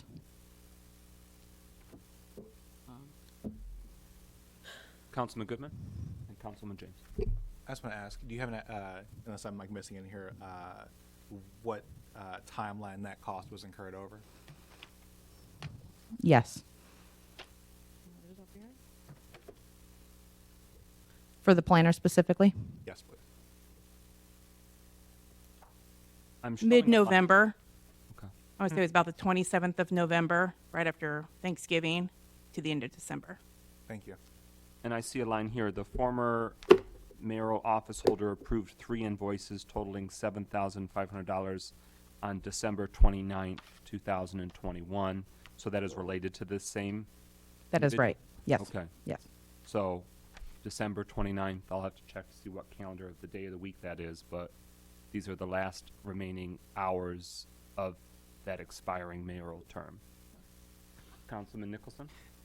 was the term financial analyst in any of the other any of the invoices or within the system at any point? That was the only time we saw that was the handwritten. In the invoices, it indicated they were doing event planning, not financial analyst work. Great, thank you. Yes. Did you come across over the years other instances where the guise of financial analyst was a position used to provide services of a different nature? Or is this In firm one example, a financial analyst was a position that was being sought to be recruited by the city. That was the only other instance where I believe this role came up. It was pertaining to firm one recruitment. Councilman James? Yeah, on the, so we've got two documents here. One, the memorandum of understanding where the mayor was asking for this to come out of payroll. So none of these payments, though, in fact, did come out of payroll. That is correct. None actually went out of payroll. They were just checks issued to a vendor, which was the planner. Do you know if they were on the vendors list? They were on the vendors list. They have a vendor number. Okay. Are there questions at this juncture? Please proceed. Thank you. I'd like to turn to the personal event that happened in December. On page 105, in email, we found a financial report for the foundation that was hosting, along with the former mayor office holder, the other personal December event. We used that financial report and compared that to the expenses the city paid for the city's farewell event to see whether there was overlap or similar expenses that were paid and to determine whether the city paid for any of the expenses at the personal event. We contacted vendors as well. We had two vendors indicate to us that they did provide services at both events, and the city had paid them for both of those events. Additionally, there were supplies purchased for both events that were used at both events. On page 108, you can see on the left an image of the official City State of the City event, and on the right, an image of the personal farewell event, and both are using the same red carpet and the same backdrop for photos. The image on the left was retrieved in the email from a photographer who was at the city's State of the City event in December, and on the right, we found that image through social media by a person who supported the former mayor office holders campaign. On page 109, there are images of keys to the city that were handed out also at both events. We can see on the December 12th event, which was the personal event, those keys look similar to identical to the farewell event, the city's State of the City event on December the 16th. It appeared the city had purchased over $5,000 in keys. I need a key. Councilman Any questions? So actually related to that purchase, assuming that was purchased using city money, that would be city property, correct? That would be our understanding. So to go further on that, and this may go outside the scope of this, I do remember a business closing in the city of Pontiac not that long ago, in which I believe the former mayoral office holder gave a key to a now closed business owner in the city. Safe to say, obviously, that's not their job anymore to hand out those keys, but I would say that key in itself would be city property that was not turned over and then was being used by someone who should not have said property. The city did pay for the keys, and our understanding is therefore it'd be city property. Thank you. What month or year did that take place? I'm assuming that it is the when Nick. the corner closed. So this calendar year, when the former mayoral office holder is not a city employee or not Correct. holding the mayoral office. Others that wish to have the floor, Councilman James. Yeah, on the invoice for the keys, did we check to see whether there were two kinds of keys that were part of that invoice? Were there two separate, not orders, but just two separate items ordered in that purchase? There were actually awards purchased from multiple vendors for keys, and there were different styles of keys. Okay, and they were all on the same purchase order, though, the $5,000. They were all purchased with the former mayor office holder's credit card. So, but we have proof that both of those keys were purchased with city funds. the keys were purchased with city funds. Okay, thank you. And when you reference credit card, is that a city-issued municipal credit card? Yes, Was it is. someone's personal credit card? and No, it you was the reimbursed? city-issued municipal credit card. Thank you. Other discussion? I'll wait. She Okay. ain't got to. I'm just waiting on her to get to 128. Please forge ahead. Thank you. The next page I'm going to talk about is 110. On 110, the personal event that was held by the former mayor office holder in December was to benefit a foundation where they were a director. There was an executive aide who was working for the former mayoral office holder who was looking to solicit money for the foundation and for that event. We saw that that executive aide had at least solicited the city attorney for a donation for that event. I just need you to say that again. So somebody who worked for the city of Pontiac went to people soliciting money for a private donation, for a private foundation, right? Did I get that right? You did get that right. Okay, keep going. And that was the city attorney who was propositioned by an executive aide. Okay. Is Go on. that staff member who did the propositioning still a current employee? They are not a current employee. Councilman Goodman, you have the floor. To further go on that, so that private event that funds were being raised for also used supplies and materials that were purchased by city funds, I'm assuming, as what we've gathered so far. That is right. So the former mayoral office holder used city property and city resources to hold a private event for a foundation that they are on the board of. Yes, and I do want to note that the foundation did pay for some of their expenses, but the city also paid for expenses that were used for that personal event. Thank you. And what you're showing on page 110, an email from December 3rd, a Friday, a weekday at 3:16 p.m., is that an email that's from a City of Pontiac government email? Yes, all of the emails in here are from City Pontiac emails that we received through information gathering. And And that's a city staff member using a City of Pontiac email on a City of Pontiac device, presumably during standard work hours during a weekday. That is right. On page 110, the December 3rd, 2021 email is from the former executive aide to the city attorney. And it says, I am still hoping that you or your firm would acknowledge that the former mayor has been loyal to your firm during her tenure, and I would like to say that whatever you can give would be greatly appreciated. Checks must be written out to the foundation. Other questions at this point? Councilman Goodman. Now, this may be a question for a legal mind in the room. Would it be safe to say that in some ways that using the relationship that the city and the former mayor office holder had with said firm to try to elicit donations would be in some ways an improper use of position? We think it would be improper, yes. Thank you. Councilman Parker, you have the floor. In your research, did you figure out how much money was actually sent to this foundation? I know of at least $750 we were able to confirm that another vendor had paid the foundation. But I did not identify how much the city attorney, if at all, paid after being solicited for the foundation. Councilman Rutherford, you have the floor. If there's a gross misuse of conduct of public funds, at some point, are we going to be able to talk about the repercussions of all of this unauthorized spending, unauthorized, everything under the sun at some point, right? Yes, my understanding is later in closed session, you might want to discuss about legal matters. Okay, I just want to make sure we got it. Okay, go ahead, keep That's going. my Hearing understanding. no further question, please proceed. Thank you. I'm on page 112. This is related to a grant program called the Pontiac Initiative Grant.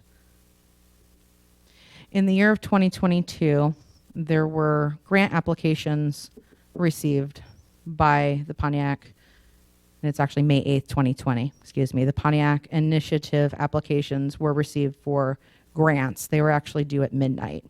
It was a formal grant application process. There were several organizations that had applied for the grant.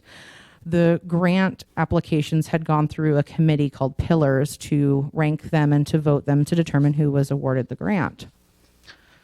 Ultimately, grant offers were made in June of 2020 to the organizations that were approved. What we found was that one organization, at least, who was awarded a grant did not receive the money. On page 114, you will see a text message that we had with the grant awardee for the organization that did not rightfully receive their award. And they confirmed that I concurred that the 2020 initiative grant money was never received. And I confirmed the $2,500 grant for their organization, and they said yes.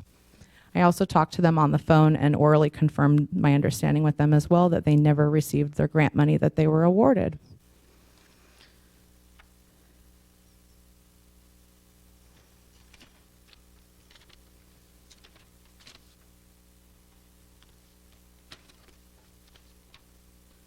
On page 122 at the top,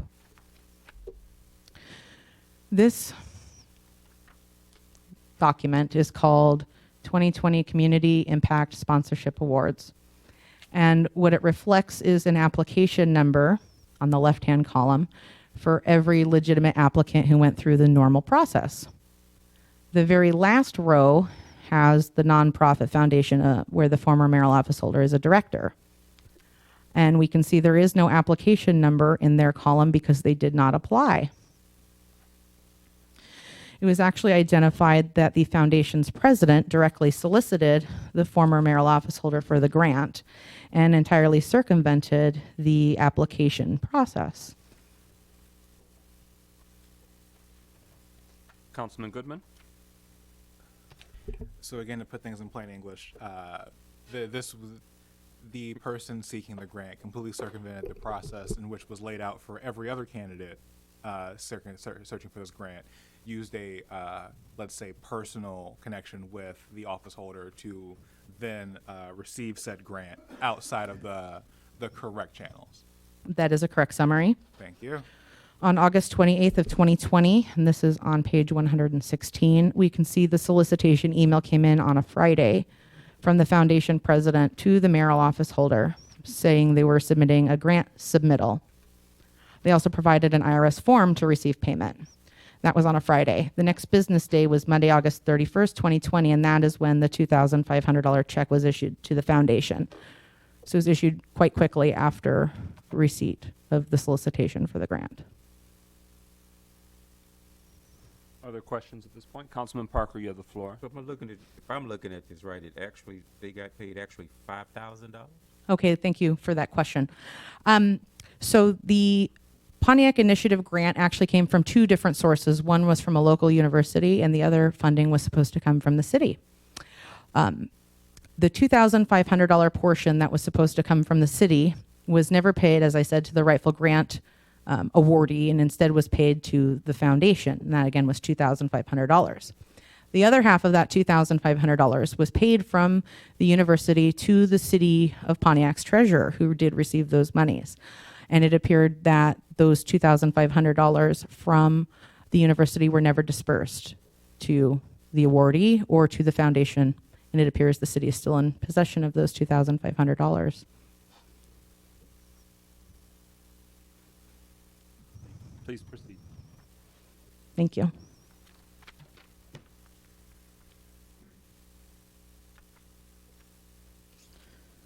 Next, I'm going to talk about page 128, and this is I'm sorry, before you go to that. Yes. So you also provide documentation about the replacement check for that. So was that $2,500 for that foundation never cashed, that August 31st quick turnaround check not cashed, and then it was sought to be reissued in June of 2021?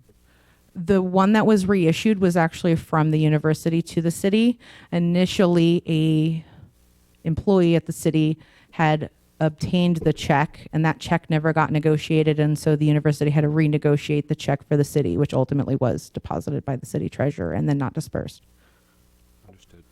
Councilman Rutherford? So Deidre Waterman, who was the founder of that organization, took a check that was for the Arts Commission and then put it into our own foundation? There was a $2,500 amount awarded to the Pontiac Arts Commission that was wrongly converted and paid to the Spirit of Pontiac Foundation, which the former mayor office holder is or was at one point a director. Thank you. Please proceed. Thank you. I'm on page 128 now, and we're going to be talking about careless spending and incurring of unnecessary expenses for travel. Yes. So we're going to be talking about travel that appeared to be personal in nature.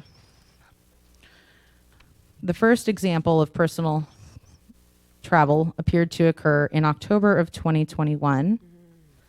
There was a travel to the city of New York.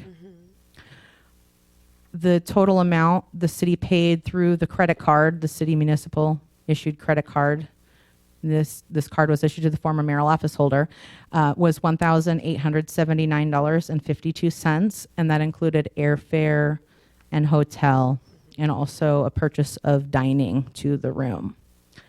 It appeared personal in nature because there was no conference or event located in evidence at the city or in evidence online with the organizations the city and the former mayor belonged to substantiate that it was a business travel. Additionally, one of the city's accounting representatives had tried to get the former mayor office holder and former executive office employees to provide receipts pertaining to this New York City trip. The city's accounting employees were diligent in trying to obtain receipts pertaining to this trip, including trying to get receipts for this trip even after the former mayor office holder left office. In February 2022, 5 months after the purchases were made, and again after the former mayor office holder had concluded their tenure, there still were not receipts received by the city personnel.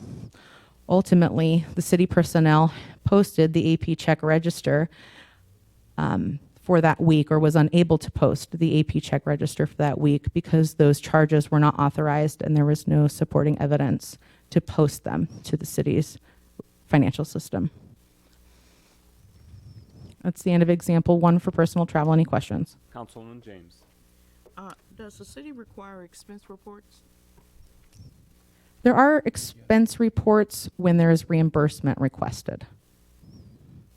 So, In this case, there was no reimbursement because it was charged to the city municipal credit card. so there would be no documented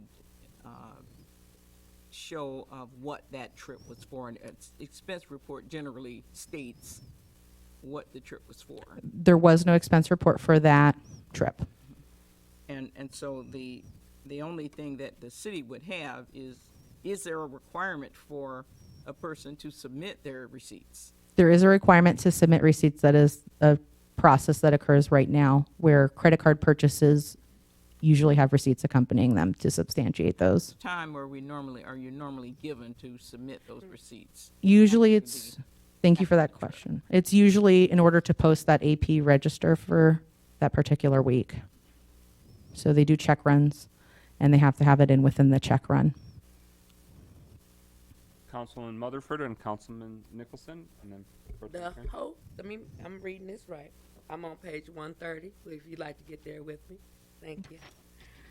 The hotel receipt shows the balance split between 2 cards, right? And it was a junior suite? That is correct. It was a junior suite. Yeah. The junior suite allowed for a hide-a-bed, a sofa bed as well. So there are opportunities to have 2 beds.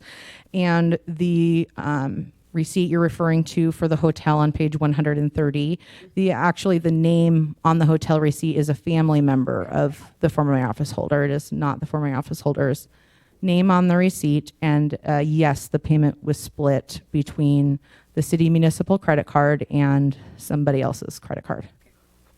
Okay. I just wanted you to say it out loud for the people in the back. Thank you. Councilman Nicholson, you have the floor. I'm all set.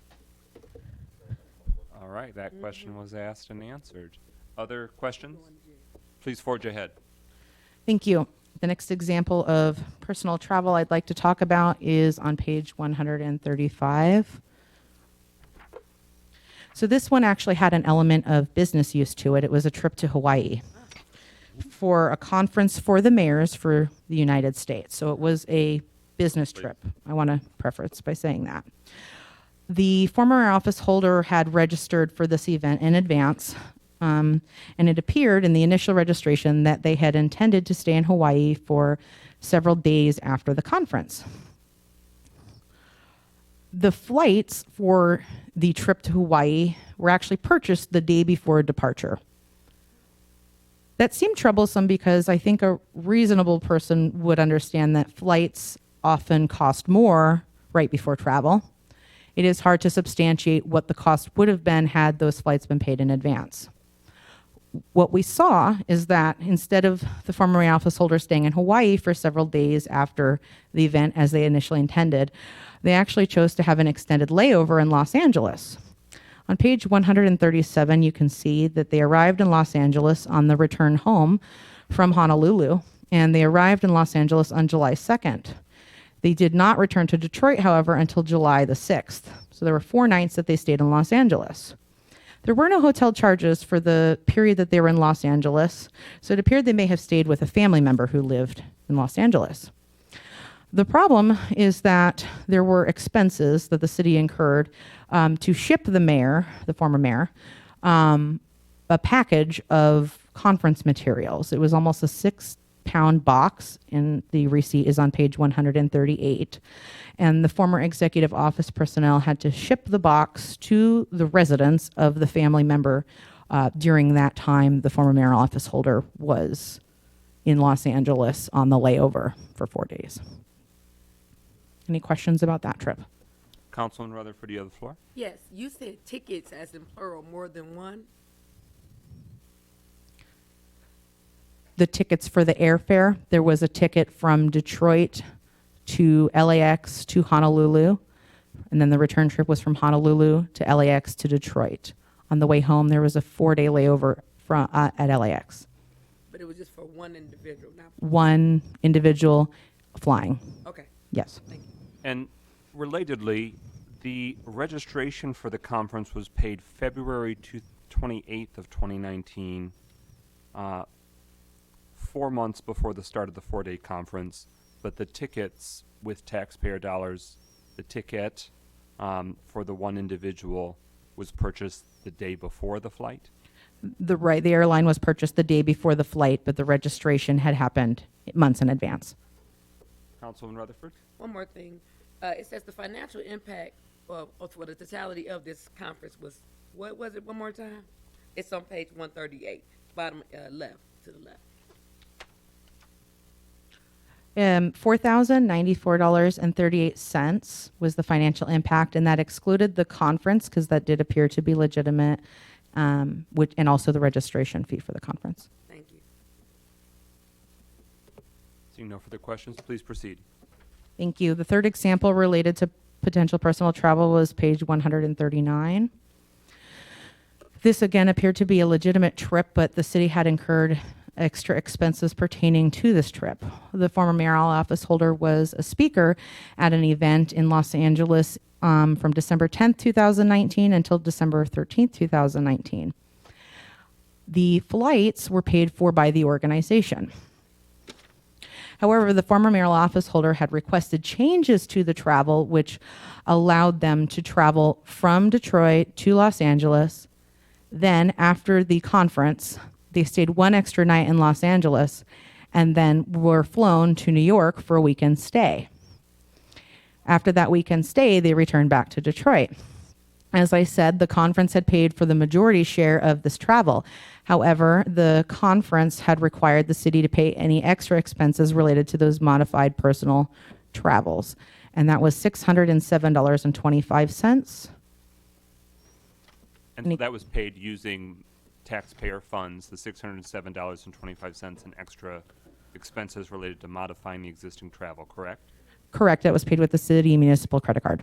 And were there any evidence that you could detect about legitimate municipal activities or mayoral duties that were calling out for physical presence in the city of New York following this Los Angeles trip?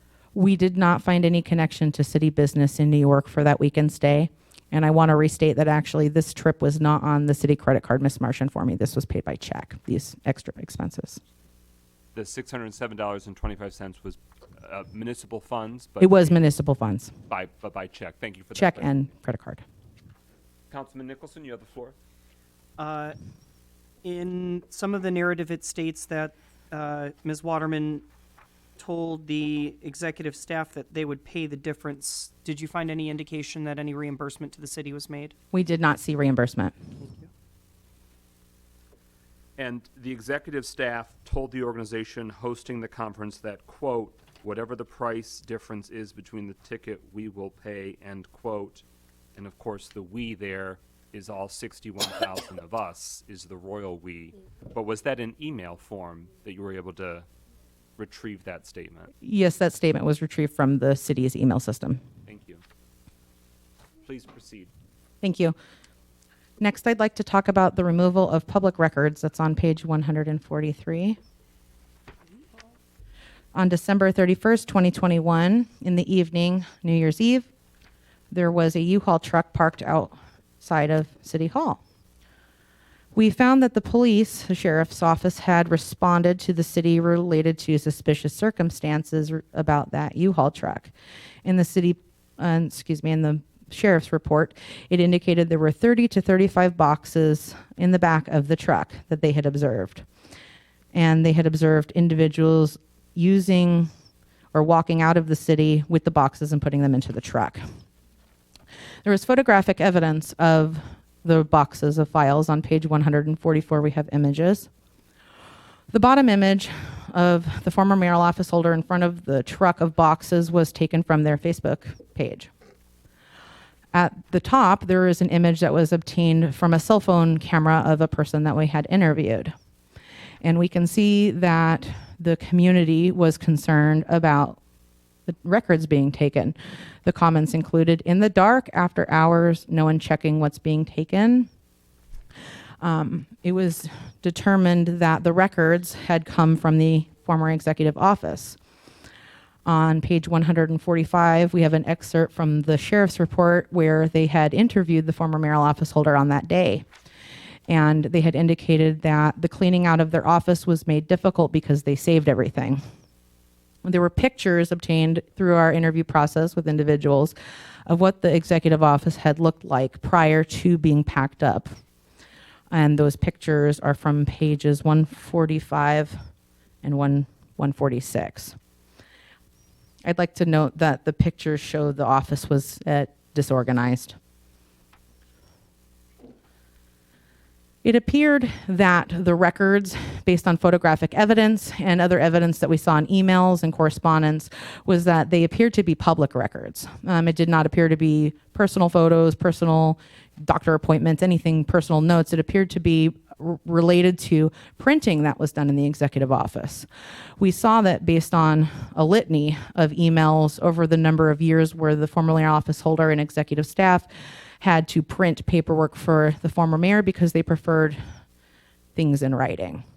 So therefore, we concluded that those records that were in the executive office were not only personal records. Any questions? Councilman Nicholson? The photographs, while they're printed in black and white, I've seen some cleaner digital copies of those photographs where the boxes were actually marked. Were you able to read the markings on the sides of the boxes? I believe a few of them I saw said accounting documents or financial documents. I see what you mean by the image is a little blurry when blown up. When you look at it, the image clearly, it appears that it was city records, such as like accounting notes, and then they were crossed off and it says like mayor's files. So they were originally city boxes at minimum that contained public records that were crossed off and indicated mayoral files, which again indicates that it potentially was public records because it does say mayoral files and doesn't say the person's name's personal files. Thank you.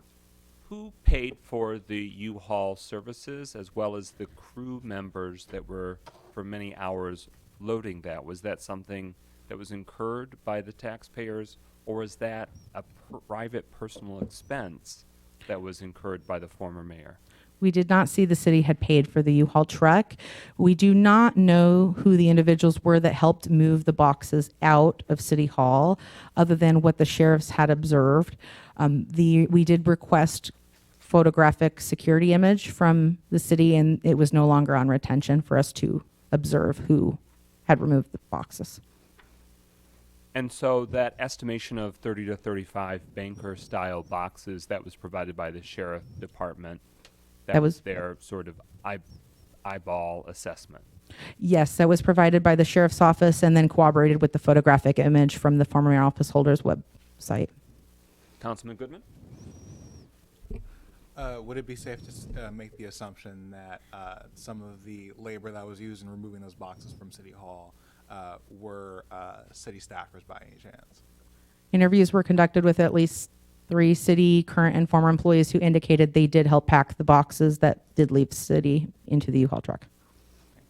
And did those staff members during interviews, be they current or former employees, offer an assessment into the nature of the materials that was being loaded in and then therefore removed from the city and are therefore the residents' premises? They indicated they were the records that the former mayor office holder was using to do city business prior to their tenure ending. Other questions? Councilman Goodman. And just to further go over intent here, what day, for the public's benefit, did this take place? December 31st, 2021. And safe to say that is the last day, or close to the last day, that the former mayor office holder would have been able to access the building and to take such action. That is the last day, is my understanding of their tenure. So you go further to say like there was obviously intent behind the actions and probably the timing. Based on the sheriff's report, the intent was to clean out the office of the executive office. In the comment of cleaning out, would you say that there were things removed that I guess go to say normal transitioning out of an office, or was there a obvious specific purpose with what was grabbed? One of the interviews we conducted indicated that normally when there was a transition between executive officers, there was a period where executive staff would screen records to separate personal and city property, and they were not requested or allowed to sort through the boxes and until the last day where they had to put everything together to be moved. When you say requested or allowed, was there an attempt by anyone during that administration to do that screening, and were they stopped? At least one individual indicated they were denied the ability to sort through personal versus public records. Did they share who denied? They indicated the former mail office holder did not want the paperwork to be handled because they felt that they didn't want other people in their business effectively. Thank you. Pro Tem Carrington, you have the floor. Yes, thank you, President McGinnis. So were you able to substantiate that particular statement that the staff made? Because I guess my concern is that I understand staff is being interviewed, and usually when this situation happens, people start covering their own ass, excuse me. Mm-hmm. So could that staff actually substantiate that particular statement? It was substantiated by 2 other interviews, as well as an interview with the city attorney. The city attorney indicated the former mayor office holder did not ask them for guidance or assistance in making sure the records they were taking were personal and not public as well. So all indications were that the public records were removed from City Hall. All right, thank you. No further question. During your review, were you able to determine if the city formally, informally, or statutorily has or had any policy in terms of record retention for public records, or is that a weakness that was identified, that there isn't clear, explicit policies or safeguards for the city of Pontiac in that regard? My understanding is the former city council did approve a resolution for retention of documents, and that was not followed.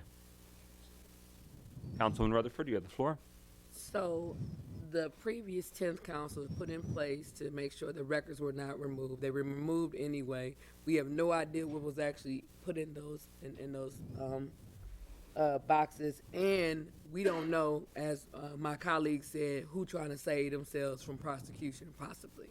So, like, at some point, we have to ask the question, the validity of several statements that are in here. So I'm just trying to make sure, like, did you vet? I'm not trying to question you on who you are, question on the vetting system, how it was done. Because I could say, if I was trying to, the streets do, you cover yourself. And so I'm just trying to make sure that if prosecution is pursued, that they're willing to say the same stuff they said in private, in public. Because there were corroborating statements by multiple individuals, 3 to 4, I would conclude that they would restate those in public if given the chance. Thank you. You shared that of all the individuals you reached out to, only one explicitly chose not to. It wasn't a matter of non-response. They explicitly chose not to respond. That was the former mayor. And then they have sent an email response to your questions this afternoon. Now, I understand that there's a bit of a limited turn time there, but in any of the partial responses to some of the questions in writing that the former mayor provided, did they provide any context or explanation about what was going on with the December 31st wholesale cleanout of the executive offices that are documented here and are well known in the community? Forensic auditors did not review the response today by the former mayoral office holder because our conclusions happened on July 31st of this year, so they are not part of our results. Were any individuals that you interviewed, be they current or former staff members, did they have any knowledge at the time or after the fact in terms of whether that U-Haul truck went to a storage facility or to a shredding facility or to a landfill or to the former mayor's residence in the city of Pontiac or any other real estate that the former mayor owns? The whereabouts of the boxes and where the U-Haul truck took them is unknown. Thank you. Councilman Goodman? Was there an attempt during this process to retrieve said documents? We did not see an attempt to retrieve documents.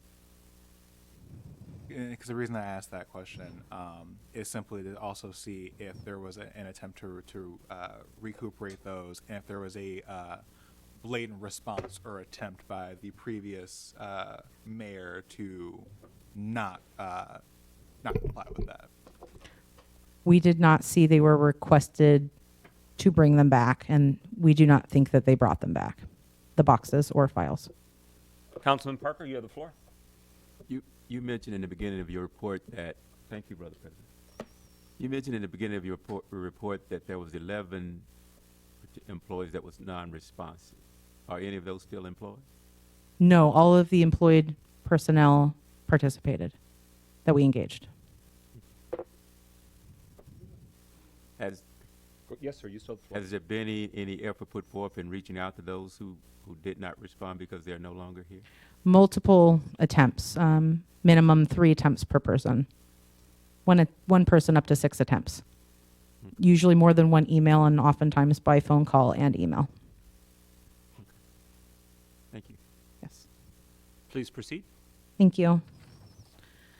The next section is on page 149, and this is pertaining to electronic communications used for not permissible purposes.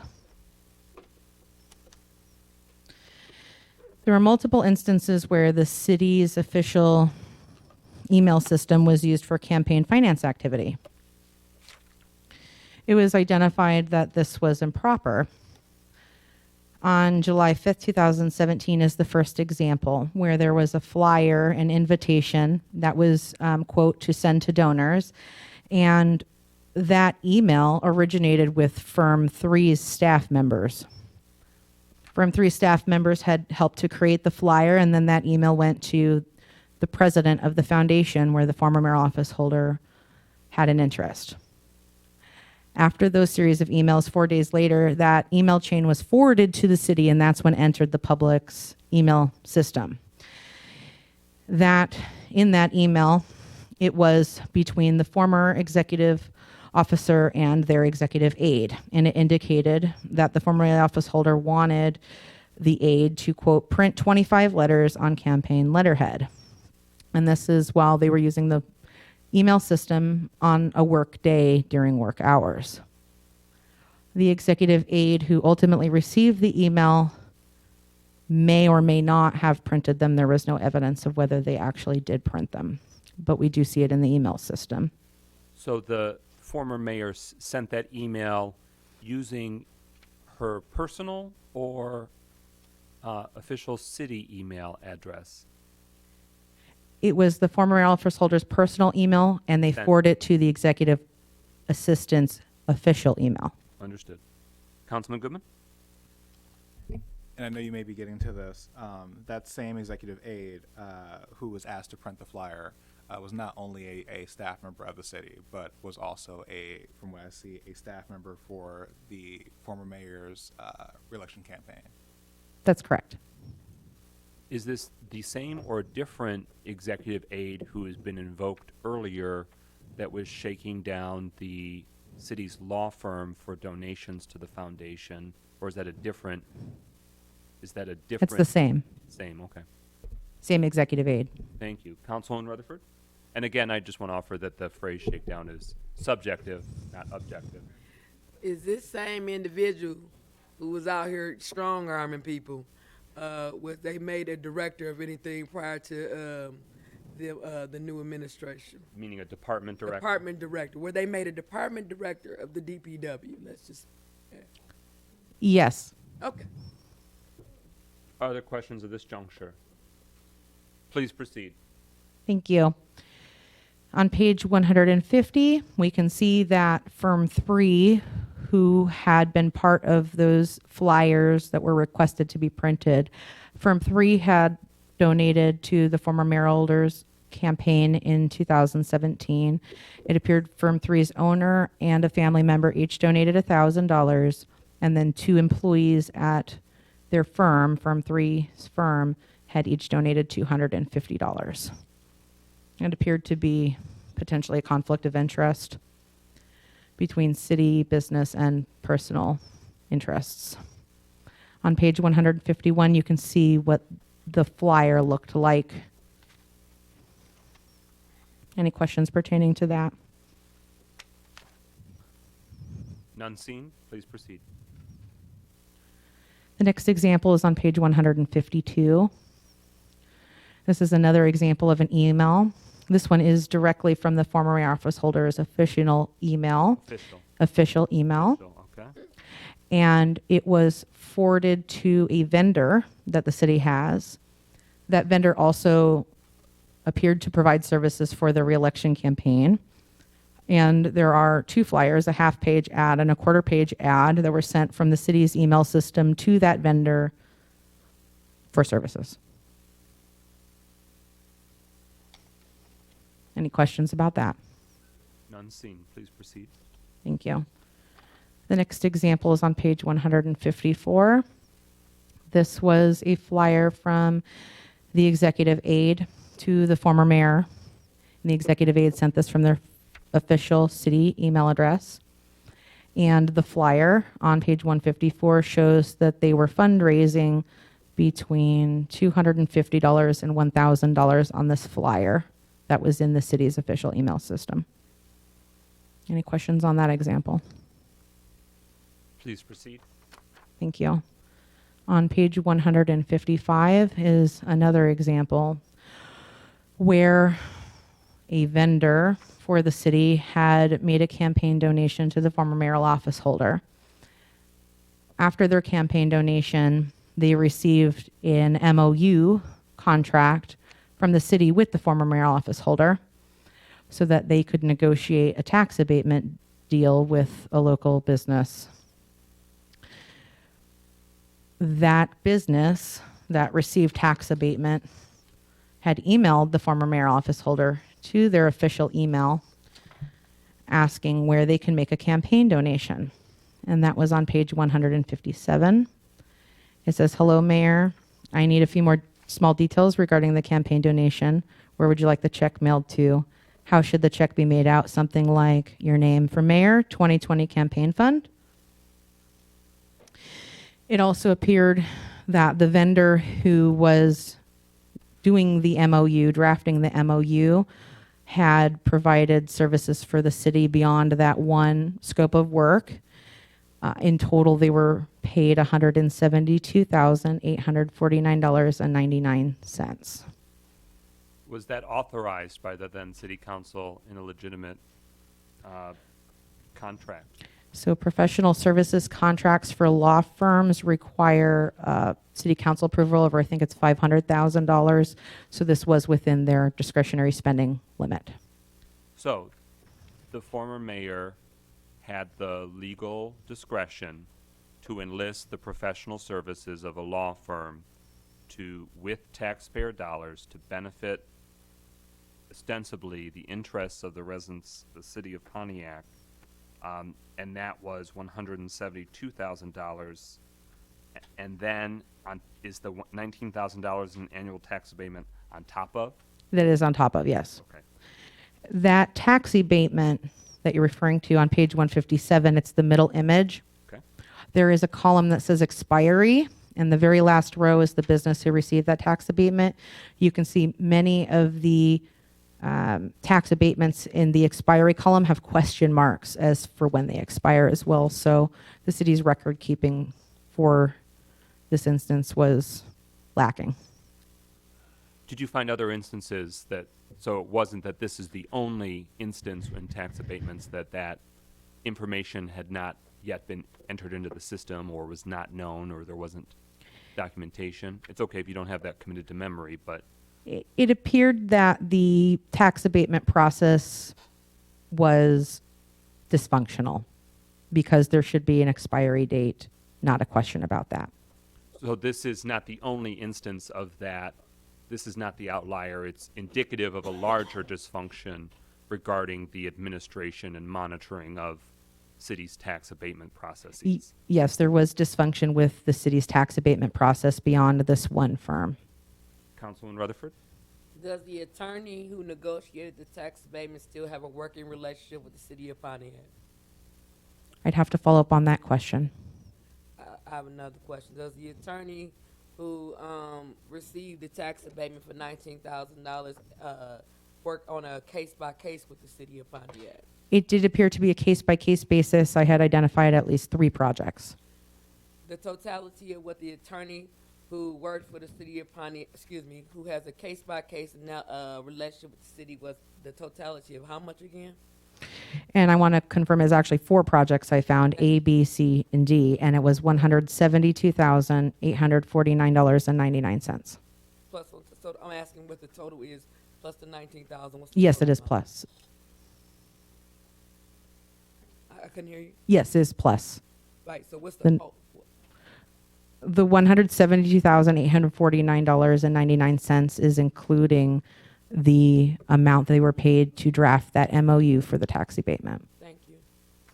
And did the former mayor respond using her City of Pontiac email to the email solicitation inquiring about details for campaign donations? We did not see a response. Okay. Others who wish to have the floor? Please proceed. Thank you. We've now reached recommendations on page 158. So recommendations from a forensic audit are consultative, meaning that you have discretion as to whether to implement our recommendations. A decision to enact a recommendation that's encouraged in our recommendations are encouraged to be retained, such as a plan of how they're being enacted. So that way there is oversight and assurance that the recommendation was implemented and that after implementation it was operating as designed to protect the city from risk. Other recommendations the city may choose not to enact, and when that happens, we recommend that you memorialize the rationale behind that, so that way in case there's a question going forward, someone can go back and look at it to determine why that recommendation was not implemented. It's also okay to adjust our recommendation to best suit the city. You all know the city better than we do. So to ensure there are appropriate modifications, it is appropriate to adjust any recommendations to ensure its successful implementation. We broke out recommendations into 4 sections. The first section is on page 159, and that's related to recourse and recovery possibilities. Many of those pertain to legal options the city could consider, and so I'd like to skip that for now and talk about contracting practices. Contracting practices are on page 165. First recommendation is that the city centralize the location for retention of all contracts, and as well to define what a contract is. A contract includes an agreement, a memorandum of understanding, and other titling. All contracts we feel should be on file at minimum with the city clerk's office per the resolution for the retention of records, as well as on file in the finance department as they are responsible for payment related to those contracts. We recommend that all contracts are scanned in their entirety into the city's system where many contracts are currently scanned and retained. We recommend a quality control check in that system in order to ensure that the contracts are viewable. We found several contracts that have distortion errors and are not viewable in the system, so we had to find those contracts other ways. The third recommendation is that the contract records should match between what is on file in the clerk's office, on file in the finance department, what is on file in that system. Those should all match, those contracts. So we're recommending a continuous and iterative quality control check to ensure all contracts are properly recorded, filed, and scanned. Any questions about those so far? Thank you. Please proceed. Okay. Number 4, on contract practices. In order for a contract to be considered valid for payment, we're recommending that it actually must be signed by the executive officer and authorized by city council, or else vendor invoices should be rejected before they're entered into the financial system.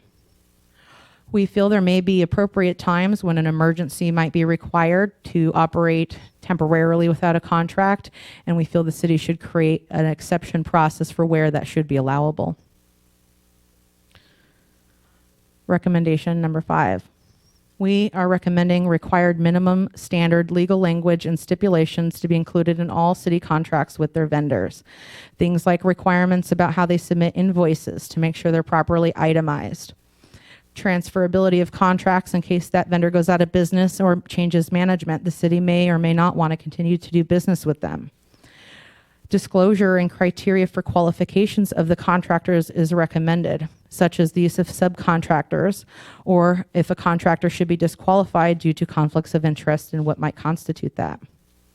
We're recommending anti-corruption statements and clauses to be in vendor contracts going forward. We're suggesting that in vendor contracts, there is a requirement that the vendor cooperate with any audit, investigation, or inquisition that the city chooses to undertake pertaining to that contract. We're recommending that the city expressly indicate any actions by a contractor that would be prohibited or unacceptable that may lead the city to then take financial recourse. Some examples are clawbacks for tax abatement. If a business does not fulfill the obligations providing that tax abatement, the city should have potential recourse to claw that back. Another example is all city invoices, the vendor for the amount due back to the city. So if the city is improperly invoiced, there should be an obligation for the vendor to repay the city when deemed appropriate by the city. And then we feel that the companies and individuals who are contracted with the city should be in good standing and not delinquent on their city property or income taxes as well. We're recommending that as to be boilerplate language at all contracts that the city engages in. Any questions related to that? Please proceed. Thank you. Number 6, the recommendation is to create a policy or approve an ordinance related to disciplined contractual management processes that are iterative and calendar oriented. The purpose of having this process is to ensure that contracts are retained properly, ensuring that there are no self-created crises due to contracts running out of time. So establishing internal deadlines for decision-making on contracts that are coming up and expiring soon would be helpful. Avoiding emergencies of publicly provided services is important. We're recommending to prevent default on contracts as well by allowing appropriate time for the city to handle contracts that are expiring soon. We're also recommending the city allocate appropriate time reasonable for bidding, purchasing, and contract negotiations to occur. We recommend that there's mandatory reporting of price and cost overruns that the contractor is obligated to tell the city about when they are aware of those.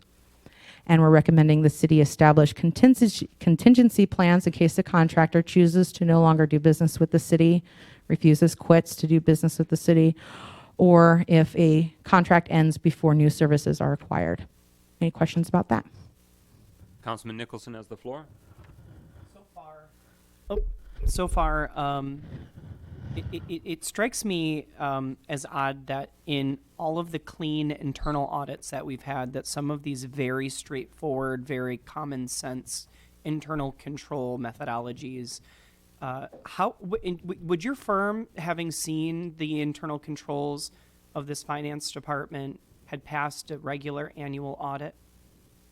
They did pass an annual audit of their financial statements, which is at the start of my presentation, I indicated the differences between a financial statement audit and a forensic audit.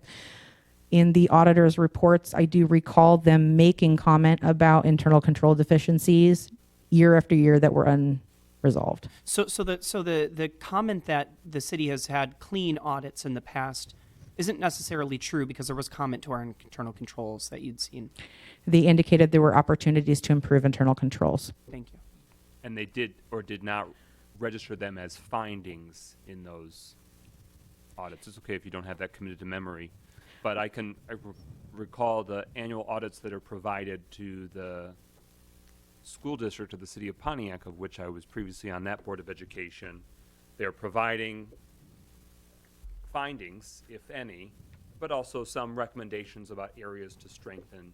So are you saying that it was identified as an area to strengthen internal control, but may or may not have risen to a finding as a glaring problematic issue that is found to be a finding? The annual financial statement auditor, if they had a finding, they would have indicated that. What I recall out of memory is they made recommendations for internal controls to be enhanced, and year after year, that recommendation appeared on the audit reports. So therefore, it appeared to not be corrected. Thank you for that further context. Others that wish to have the floor? Please, Councilwoman Rutherford, you have the floor. So I guess I have to ask a plain Jane question. So when they offered ways of recourse, they were never followed every year. So every year, let me just make sure I got every year, after the clean bill of health we were told in the community, they had stipulations for us to get things right. They were never done, they were never corrected, and this is the results of this. And you're talking about the annual financial statement audit? I'm talking about the annual financial statement audit, and also all of the information that was provided to the previous council, saying that we were some rating that we used to get every year. I'm not familiar with. She would say we had a rating of Financial award. yes. Yeah. That's so they weren't. What was it? Bond ratings. No, there was a financial award from some governmental financial GLF? organization. Deputy Mayor Stevens, just to help clarify that, which is being invoked. It's the GFOA. Yeah. And your question related to GFOA is? No, I was just trying to make so they didn't provide course correction about these things. It appeared that the auditor did the job that they were hired to do and provided the information that they had seen and accurate findings from what we saw. An example is the auditor does a questionnaire at the city related to fraud and internal controls. That questionnaire is dispersed to certain key personnel. And those personnel had indicated they had no knowledge of any fraud or risk or internal control deficiency. So it did appear that the annual financial statement auditor did what they normally do and did provide appropriate findings and recommendations from what we saw. We are not public accountants, but it did appear normal from what we normally see with municipalities.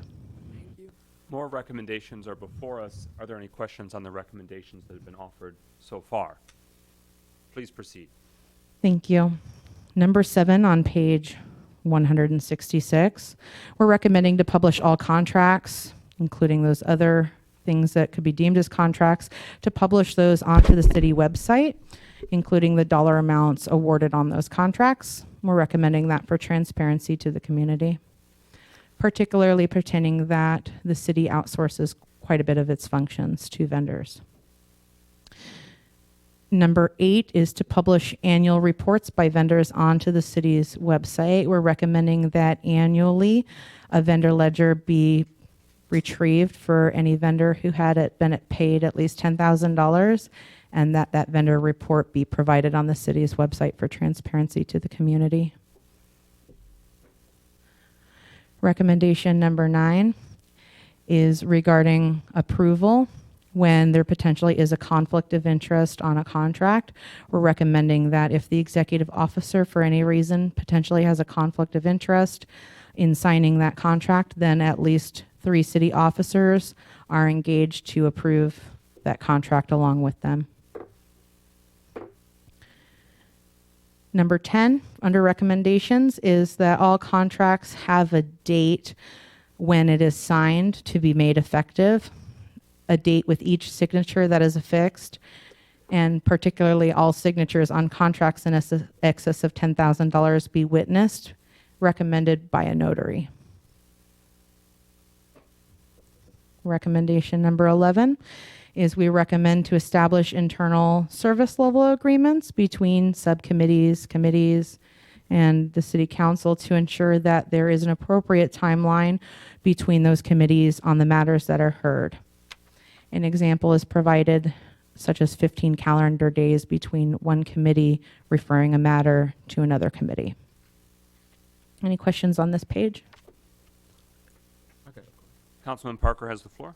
So, did you review all the contracts that the city had in currently? Not every single contract, because many contracts could not be located. Okay. Can you share the ones that you did review? We reviewed all contracts that we could find and get copies of. Okay. For some, you identified that the Laserfiche system, it wasn't a clear copy, and so were there any instances where you could not see the electronic facsimile, and you also could not find the hard copy original file as well? There were many contracts where you could not find a hard copy, a copy in that system where they scan, a copy in the clerk's records, no copies in the finance department records, contacting the vendors not being able to provide executed contracts as well. Anything further, Councilman Parker? Well, I do, but I'm going to save it for close session. Okay. And we are nearly there, ladies and gentlemen, so let's keep the special presentation presenter having the floor. Please proceed. Thank you. We're on page 167 now with control practices. First one for this one is a recommendation that the invoices received by the accounts payable department must have minimum standards, or else that invoice is rejected before it enters that financial system for the check proof run process. Invoices should be inclusive of details and itemized, such as the invoice date, the work services performed, the dollar amount in US dollars. It should be appropriate to have the tax forms on file. The tax forms should match the name of the business on the contract. A physical address for the business is recommended, as well as details on how to reach that business. There were invoices that didn't have emails or phone numbers, and we had to try and figure out who that business was by looking them up and researching them. We're recommending a unique invoice number for every invoice. We had seen instances where vendors were submitting the same invoice number for same and different services. We're recommending itemized breakdowns of the work, services, and goods performed, as well as any subtotal dollar amounts on those invoices where they may be provided for costs per units, taxes, and expenses. Additionally, with invoices, if there are unit time metrics, performance statistics, pictures, or other reporting or supporting documentation, it should be provided with the invoices so it can be retained on file to justify the expense. We're recommending that all businesses and individuals the city engages with are at least licensed as required.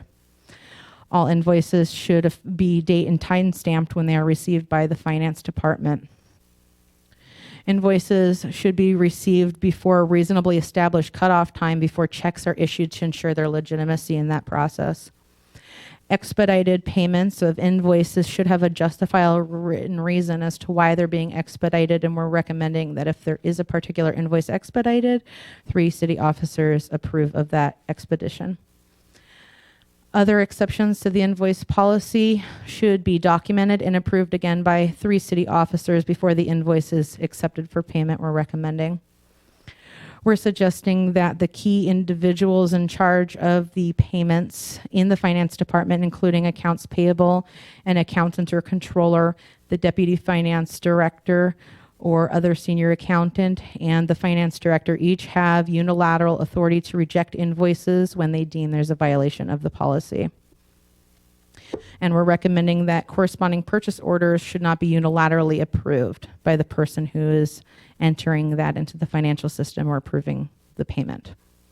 Any I have a questions? quick follow-up question. For the accounts payable, controller, deputy finance director, and finance director should each have the unilateral authority to reject invoices they deem to be in violation of policy. Through your review, was there any instances that you found where that attempt had been made and they had been overruled? Yes, the accounts payable individual at the city had escalated to finance directors when they had concerns, and it appeared payments were made when they objected to the receipts not being on file or substantiated evidence. So accounts payable staff members were seeking to make a professional judgment and escalating it, and their concerns were overruled. Yes, that is correct. They were overruled or received no response as well on their escalation. Yes. And that is not necessarily a one-time situation, isolated incident. You found multiple instances. Yes, there were many instances. Councilman Goodman? Just to show or to see how important that would have been. How can I word this the way that I want to? Were there any circumstances of larger significance in which that unilateral ability would have been extremely important in mitigating some of what we are looking at here? Yes, because the accounts payable individual asked on many occasions for copies of contracts to substantiate the payment where there were no contracts that existed. So had they had that unilateral authority, they could have withheld payment at that time. Thank you. Excellent question. Others who wish to have the floor, please proceed with further recommendations. Thank you. I'm on recommendation number 2 on page 167. We're recommending to implement controls that manage travel expenses to ensure legitimacy. Things like retaining conference material of what was learned or covered during that conference. Criteria for decision making to make sure it was cost effective, such as why did they attend it in person instead of in a virtual forum, or traveling by mileage versus by air to make sure that they're traveling and attending in the most economical and reasonable way. We are suggesting that there is supporting documentation for mileage reimbursements, such as to from locations, route driven, and the reason why, again, the driving was appropriate instead of air travel or virtual attendance. We're recommending that for non-emergency modifications of travel be documented. We did see no-show fees that the city paid for when individuals did not show up to conferences for like hotels and things like that. We're recommending that travel be directly to and from the event and there not be any extended layovers or diversions to their travel plans for personal reasons. We're recommending that travel to occur either the day before or the day after the event and not allowing extended stays. We're recommending written explanation of why it's reasonable for the accommodation to incur expenses above a reasonable option. An example of that could be increasing to a Comfort Plus seat on an airplane or baggage fees, things along those lines. those could be justified. There just needs to be documented rationale for those increased expenditures when appropriate. We're recommending that the city not pay for each individual meal or incidental that occurred while on travel and instead follow the federal GSA approved rates on meals and incidentals pertaining to their travel. Same with lodging. The GSA approved rates of traveling are by location of where the travel is occurring, and we're recommending the city follow GSA approved rates for lodging. We're recommending written disclosure when there was a companion traveler, so that way the city understands how that individual will separate their personal expenses from the city expenses. And we're recommending to disallow city spending on travel for pleasure, explicitly say in a policy that personal travel is disallowed, in particular entertainment and leisurely activities. Any questions on that one? Please proceed. Thank you. I'm on number 3 on page 168. To establish a quarterly communications process from the executive office or the finance department to the city council related to their discretionary spending. What we're recommending is that at least on a quarterly basis, the executive office explain to city council about their discretionary spending. We're recommending it to be in a general communication from the mayor. Things about the discretionary spending and are for transparency purposes predominantly, including services and products that were purchased, vendors and contractor names, the reason for the purchases, amount spent, including as well the money repurposed from budget line items that may have needed to occur as a result of the contract and the travel. Upcoming potential projects, improvements and opportunities or challenges, we're recommending that the executive office communicate to city council at least on a reasonable basis and for dollar amounts. Any question on that? Please proceed. Thank you. Number 4 on page 168. We're recommending proper administration staffing and filling of critical financial function roles pertaining to processes of financials. This is necessary to ensure there are no control breakdowns and there is safekeeping of public funds. We found there were several positions at the city who were critical for financial controls and ensuring public money was appropriately spent and handled. That includes the mayor's role, a deputy mayor role, finance directors, any deputy or assistant to the finance director, treasurer, deputy treasurer, a controller or senior accountant, or accounts receivable and accounts payable role, a city attorney, a purchasing officer, an internal auditor, and department heads. All of them have critical functions to making sure that payments from the city are appropriate and that city funds are safeguarded. Any questions on that? Councilman Goodman. Just to ask, it's sounding to me like these are very basic standards that should be implemented when it comes to really anything involving finance. Would you say that that's an accurate statement? Having critical roles filled is important standard for internal controls. Larger scope as well. I mean, the other recommendations as well, and like in terms of using like GSA approved rates, like across the board up until this point. Would you say that those practices are rather standard for, I don't want to say any institution, but especially in our circumstances? GSA rates are standard government rates for travel as an example, and we have seen many municipalities adopt those as standards. We did not see the city of Pontiac had adopted those as standards as of yet. Well, so the larger question I'm asking is, like these different control practices are, that you're recommending are common. They are what should be happening. Common is a ambiguous term. Very weird term, but we would consider these common practices at city municipalities that we have engaged with. And so my follow-up question to that is, can you possibly elaborate to how much work, effort that the previous administration would have had to go to to not institute these things and not act in this fashion? Well, an example is we saw the former mayoral office holder tried to recruit a deputy mayor and also finance directors. Those are critical roles that the former city council failed to appoint people to put into those critical roles.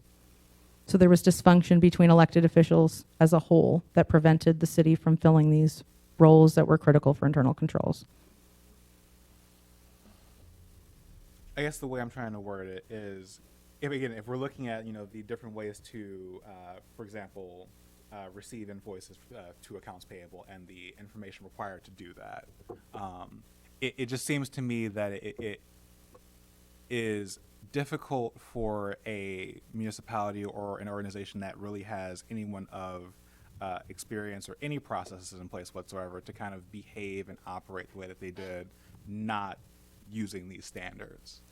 It would be difficult to effectively and functionally operate without these roles. And I'd say like that is exacerbated for the fact that this office holder was in office for 2 terms, 8 years, likely doing many of these similar practices over time.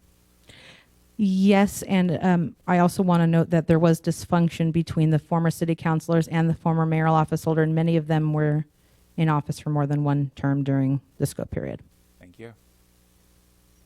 Councilman Parker, then Deputy Mayor Stevens. Thank you. In making these recommendations, did you review the city chart and the other operating instructions for the different departments to make sure that none of those were followed?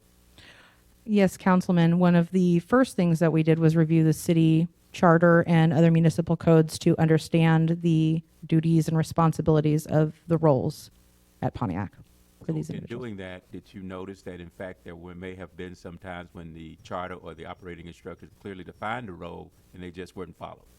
As an example, the internal auditor role is in the city charter, but there was no internal auditor during those 8 years and 1 quarter we examined. Deputy Mayor Stevens. Councilman Goodman, if I may, I would like to reformulate your question if possible. I think what you were asking is if we were to take these recommendations and consider this a college course, these recommendations are essentially 101 recommendations and not 401 recommendations. Correct. Would that be an accurate statement? Councilman Goodman. I defer to the presenter. Thank you. 101 in my understanding means a foundational level class of understanding, and so that would be fair that these roles are a foundational level roles required for internal controls at the city to be functional and effective. Well, not just the roles, but the standards as a whole. And the standards, that's correct. Thank you. Yes. Please proceed. Thank you. I'm on recommendation number 5 on page 169. Individuals who authorize the expenses should not be the sole approver of those expenses. As an example, somebody who's making purchases on the city municipal credit card should not be the approver of those expenses. Number 6, we're recommending the finance department should have online bank account access to the credit card spending, such as being able to download those bank statements and transactions without having to engage with the executive office to get those credit card statements. So that's currently the case? We saw where the finance department did not have access to the bank account statements from online, that the executive office had those cards. I can't speak to Wow. currently today, just during the Rutherford? 8.5 years. Okay, make this plain. The financial director who is currently still here never had access to the credit cards, the invoices, what was going on. None of that, only Well, let me explain the process. So when the credit card charges occur, the credit card is on automatic payment. And so what happens is the finance department requests the statement from the executive office of the credit card, as well as accompanying receipts to substantiate the charges on the credit card. So they're having to engage with the executive office to get the statement instead of being able to just download it directly from the bank. And that's a problem. Councilman Rutherford. but didn't the financial director had to authorize these payments? Well, as I said, the credit cards were on automatic payment, so in effect, those required no approval. The finance department, again, obtains the statement as well as receipts from the executive office and then retains those and then records those into the financial system when they obtain that proof. Okay. Councilwoman James. On number 5, who would be, in your experience with other municipalities, who would sign the the credit card charges for the mayor, who would be the highest official in the building. Who would sign those for her? It would just have to be a different person with appropriate authority, such as like a finance director. Okay. Please proceed. Thank you. I'm on number 7 on page 169, related to reconciliation activities. So when a bank presents the bank statement, what happens is the city reconciles the transactions on that statement to their financial system, and we're recommending that those roles be segregated and that the person who receives the bank account statement also not be the person, and also the person entering them in the financial system not be the same person. They should be different individuals performing segregated duties related to reconciliation. Any questions on that? Please proceed. Number 8, same page. We're recommending to, when appropriate, utilize a transcriptionist or stenographer to record word for word and capture dialogue of meetings. We recommend this practice because we did see it was occurring during the 8 years and 1 quarter that we had in scope. It wasn't during that entire period, however. Those were very helpful for us to review context of these meetings beyond just those traditional meeting minutes. We're recommending that the transcript should not replace those official meeting minutes that are kept, but instead support those. We're recommending to publish all transcripts on the city's website, and we're recommending that if the transcriptionist services are outsourced or insourced, that there be a budget provided for the official record keeper for transcription services if they decide to do that. Any questions? Please proceed. Number 9, we're recommending to establish a fraud, waste, and abuse hotline or tip line at the city where the community can report concerns. Other ways that this has been done at municipalities include a telephone number that goes directly to a voicemail box, or a place on the city website where someone can send a communication in writing with the ability to attach files. We recommend that it allow for anonymity of the individuals reporting concerns. We're recommending that the city publish posters or send flyers and publish in other public places how to use the hotline or other process that's identified for these tips. We're recommending the city draft an official policy on how to handle those concerns and allegations that are coming in. And how other municipalities handle this is they outsource the review to either an independent auditor or lawyer, so that way it's handled in an independent fashion and then reported to the city on their findings. Any questions on that? Please proceed. Last, number 10 on page 170 is we're recommending security video footage be retained for no less than 1 year. We're now onto the policy, procedures, revision, and implementation recommendations on page 170. First one for that, we're recommending to enhance purchasing, contract, and financial policies and controls. Example is to expressly prohibit evading and willful noncompliance with all legal and enforceable city council ordinances, resolutions, and city-established purchasing, contracting, and financial policies. We know that the mayor's office has the ability to veto an ordinance or resolution, and so that would be the appropriate process to object to any resolution or ordinance that they feel is appropriate by city council. We're recommending to disallow total expenses being structured into contracts and purchases less than that spending limit. We're recommending to expressly define what professional service contracts mean, as that could be subject to interpretation. Similarly, to define what it means by legal and accounting services, that could be vague. An example could be law firms or CPA firms, to be more specific. We're recommending to establish discretionary spending limits specifically for outsourcing city services or operations. We're also recommending to determine when it's allowable for the city to accept donations, free or gratuitous services of goods or services from those in the community, and for those to have contracts when there are donations and free services and goods provided. Those contracts should have an anti-corruption clause, we're recommending. We're suggesting that when it is allowable for the city to accept in-kind services, goods, or financial support, that also should be in a contract. In-kind services can be tangible or intangible. We're recommending the determination when it's allowable for city elected officials, employees, and others to enter into contracts or to accept or be placed into partnerships, sponsorships, commissionerships, or others. such as when they go to speak or host at events. It should be identified whether they're speaking in their official capacity or in their personal capacity. We're recommending that at events, things like sponsorships and donations and gratuities should be separated so that way it's clear there's not a personal and business conflict. Same thing with conservatorship of land and real estate. It should be directly identified how that was properly handled. We're recommending there be professional references for contractors identified at the city who are allowed to be professional references, so that way you just don't have any city person providing recommendations for contractors that have done business with the city.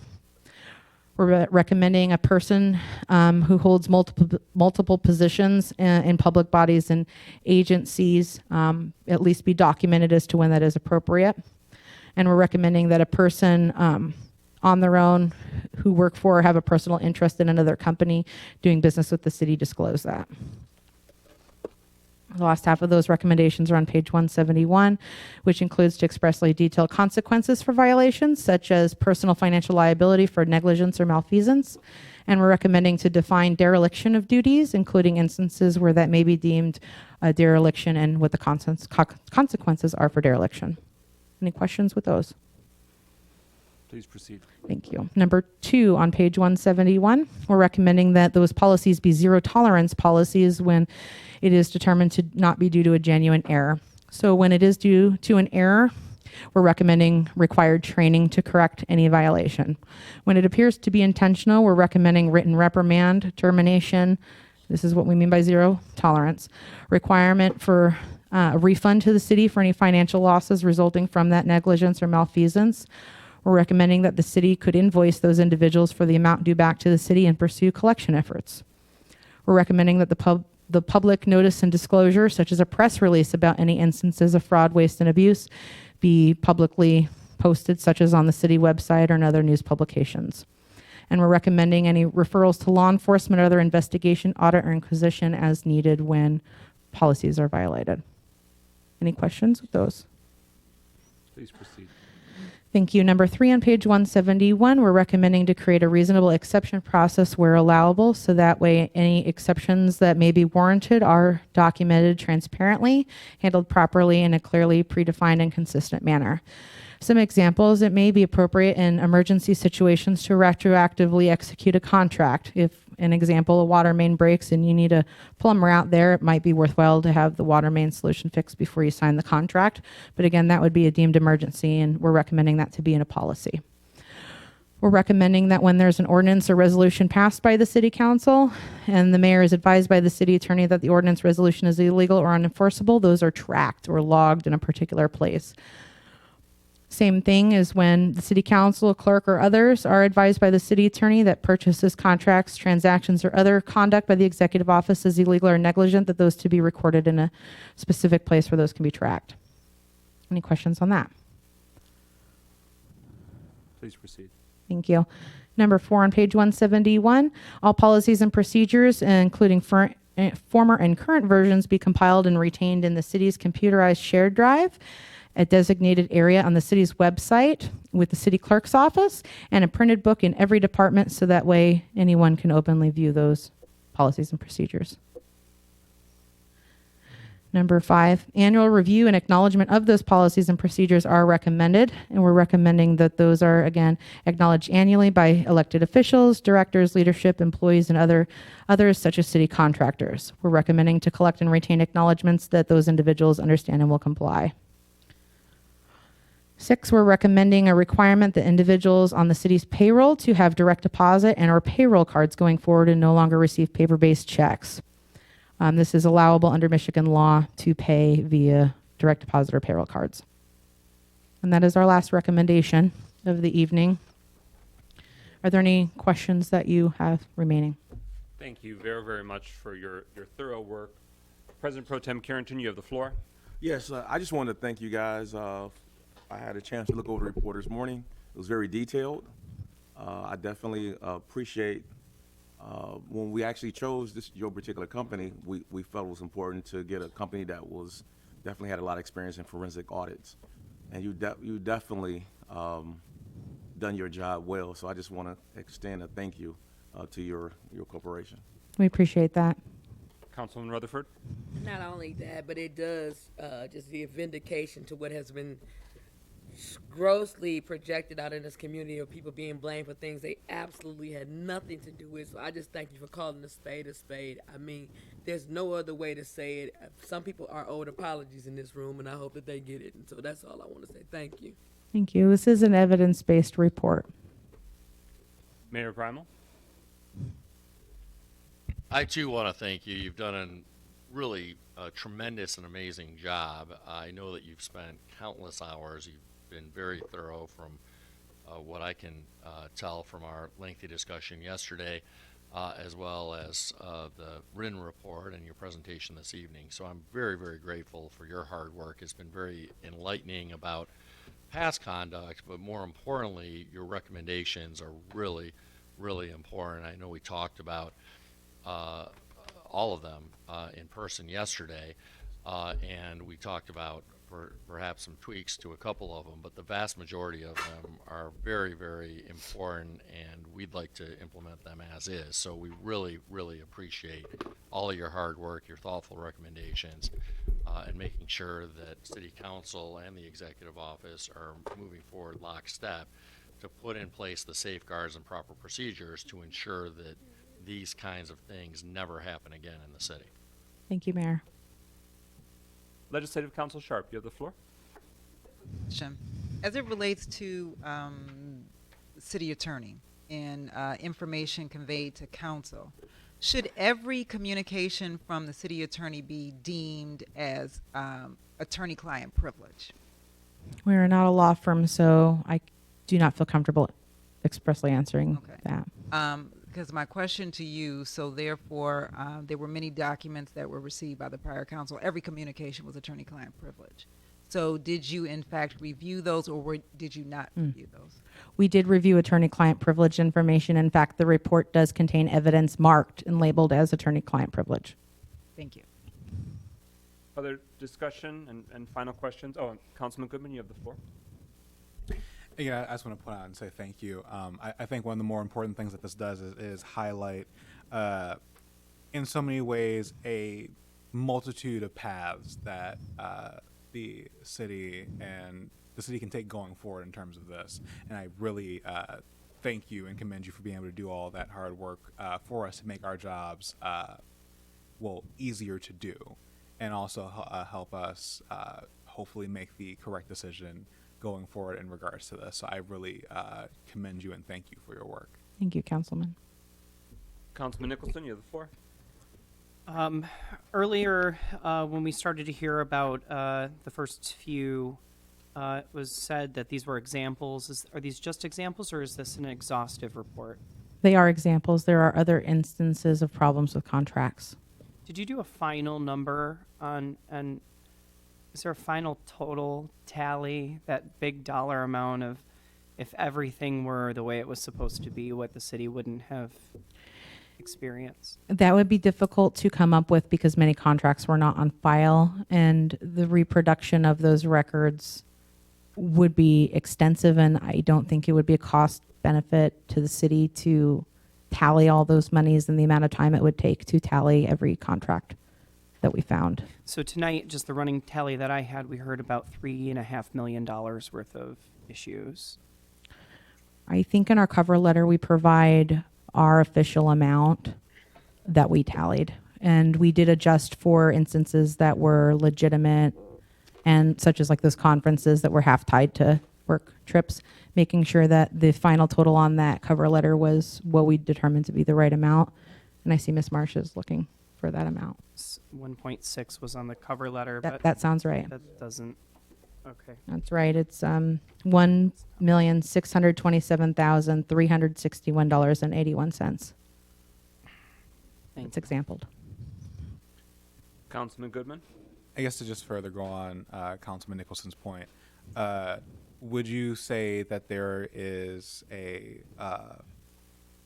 likely possible probability that there are costs that were unfortunately incurred beyond that 1.6 that we were not able to obviously very much latch on to with certainty. There are other costs that probably could be quantified if you wanted us to continue to keep digging. Okay, thank you. Any further discussion on this special presentation? I'll have additional questions in closed session in terms of the legal and financial exposure for the taxpayers as it relates to the legal implications. Thank you very much for the thorough presentation, but more importantly, the thorough forensic audit. We are at recognition of elected officials. Are there any with us this evening that wish to have the floor? I want to give a shout out to Pontiac Charter Revision Commissioner Kermit Williams, who's here with us this evening. And we have Library Board Trustee H. Bill Maxey with us as well this evening. Thank you for your service to the community. We are now at Agenda Address. Pro Tem Carrington. Thank you, President McGinnis. Mr. Kermit Williams.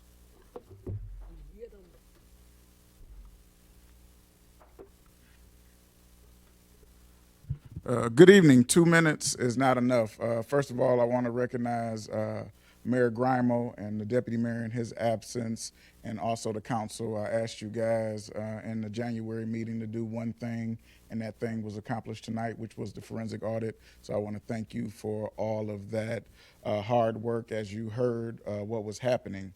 I want to shift gears and talk to the citizens of Pontiac. This has been 8.5 years for me in the making, 2 years that we've asked for a forensic audit, and we were not allowed to get one because the firm of Jamarco, Mullers, and Horton would not sign the contract to allow us to get it. I do want to recognize 2 people on the dais today. I want to recognize Attorney Monique Sharp, and I also want to recognize Clerk Garland Doyle. They spent many hours finding documents and things for the 10th Council to make sure that we were able to stop some of these egregious things that happened. You talk about the money that was spent. If we did not find the vote contract, they would still be paying those people to this day before y'all got on City Council. So I wanted to make that known. And then also I want to recognize my colleagues from the 10th Council. I see Councilwoman Waterman, who's also going to speak, and I believe I see Councilwoman Miller here. One of the hardest things to do is wait for the light to shine in inconvenient times. A lot of people saw newsletters that were sent out by the city illegally, vilifying the council for actually putting some of those recommendations in. One thing I'll say in my last 26 seconds, every contract that came up in regards to giving a tax abatement, I asked for a clawback. A lot of those recommendations that you're reading tonight just weren't implemented because the previous council wasn't listened to because they wanted to do egregious things. And so as y'all tell this story and go into the future with a clean slate, with some money, realize that it was the people who did the inconvenient, dirty work that allowed y'all to have the city that y'all will flourish with tomorrow. Thank you so much. Thank you, sir. You better say it. Ms. Patrice Waterman.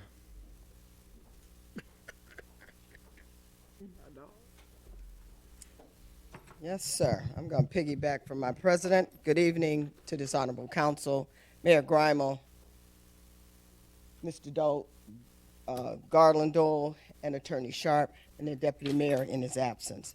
I'm standing here this evening to say thank you for following up with the forensic audit. I look forward to the final resolution of your closed session. I truly look forward to the final resolution of the closed session. I listened to this report, and I stand here. I'm grieved by some of the things I heard, but I'm not misunderstood because this council, the 10th Council, you want to go out and say, you know, I heard him say we were dysfunctional.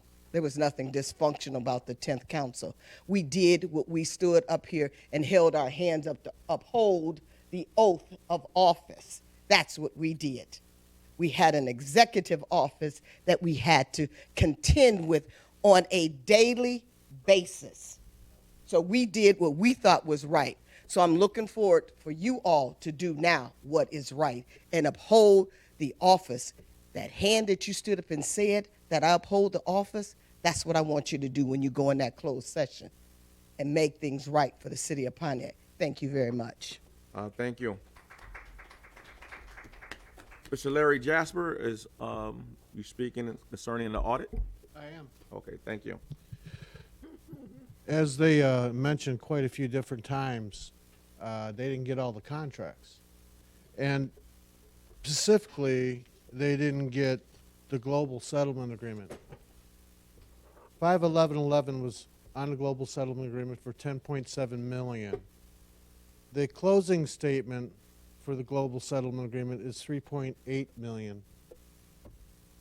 Here's the documents, guys. They couldn't see it because they were never given it.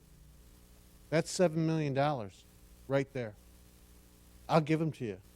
I have copies of them. On December 10th of 2019, the mayor got up in front of this in front of the 10th council and stated on record she was representing Juan ASP, Agreement for Sale and Purchase. Mrs. Sharp asked her, she goes, you know, this is you can't do this. And it's against the thing. She goes, well, it's private. They're private people. They're not going to do a public contract. Well, I'm sorry. She destroyed my RFP. And the city attorneys came up and wrote an opinion on that after Mr. Kermit, President Kermit, wanted me to do a presentation to the council. This hurt the public investors in this city. And that township and those towers and that parking lease take away your rights as a citizen. This audit needs to go on. There's more to be found, and I'll provide them the documentation. The documentation they didn't get because there was a truck sitting out here on December 31st, or New Year's Eve, taking out 32 boxes, and nobody seems to have a copy of it. Are you kidding me? There's a ton more. There's video of this. Who sends a attorney-client privilege telling the council they can't do it because I have an unfair advantage when the mayor's already discriminated with me and falsely misrepresented to the city my project? Who? Purchases agent was fired. This was going on regularly in this city. Your time has concluded. I'll be back for 3 more minutes. All right, thank you. President Wiggins, that concludes our agenda address. Next is adoption of an ordinance amendment to the fee schedule as adopted in the City of Pontiac fiscal year 2022-2023 budget. That was moved and seconded. I'm sorry, sir. Please forgive me. Mr. Bill Maxey actually is on the agenda address. I was looking for him, and he moved on me. I'm sorry. Agenda address continues.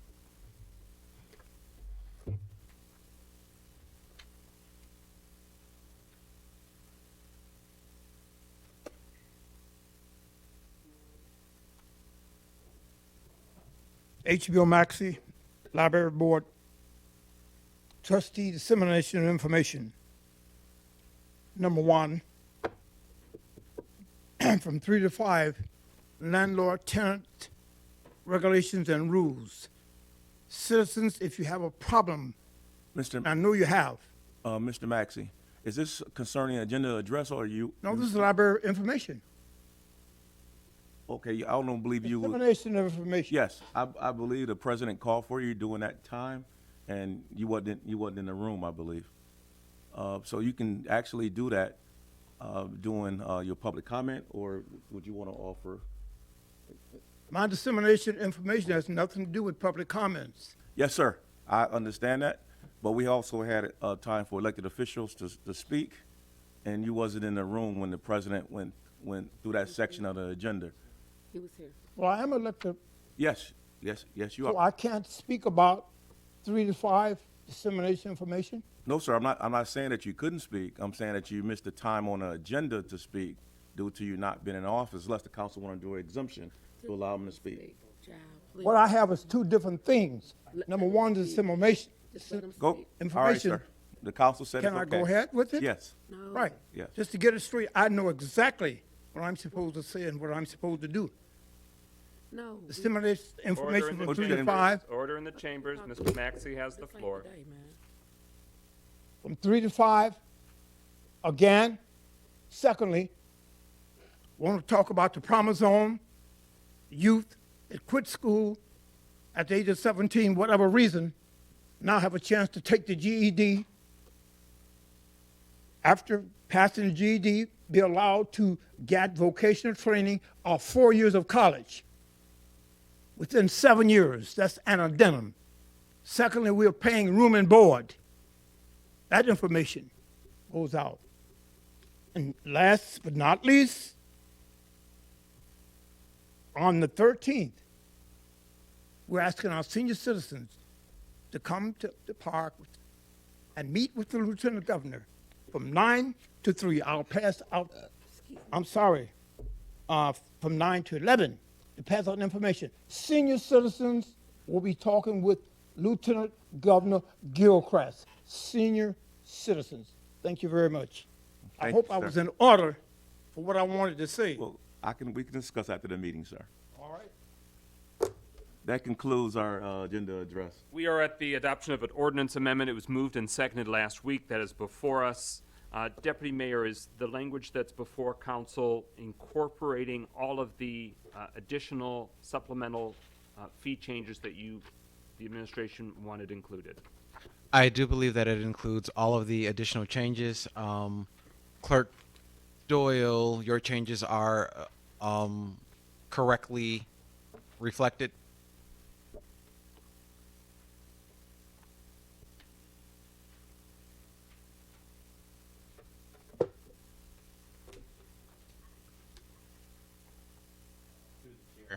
Yes, they are.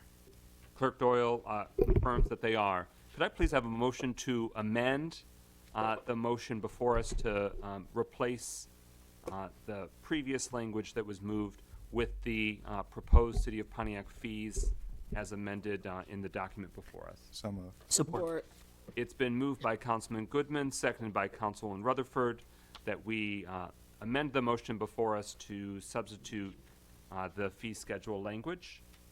Any discussion on that motion, that amendment? Hearing no discussion on the amendment, roll call on adoption of the amendment to the main motion. Clerk Doyle. McGinnis. Yes. Nicholson. Yes. Parker. Yes. Yes. Carrington. Yes. Goodman. Yes. James. Yes. 7 yeas, no nays.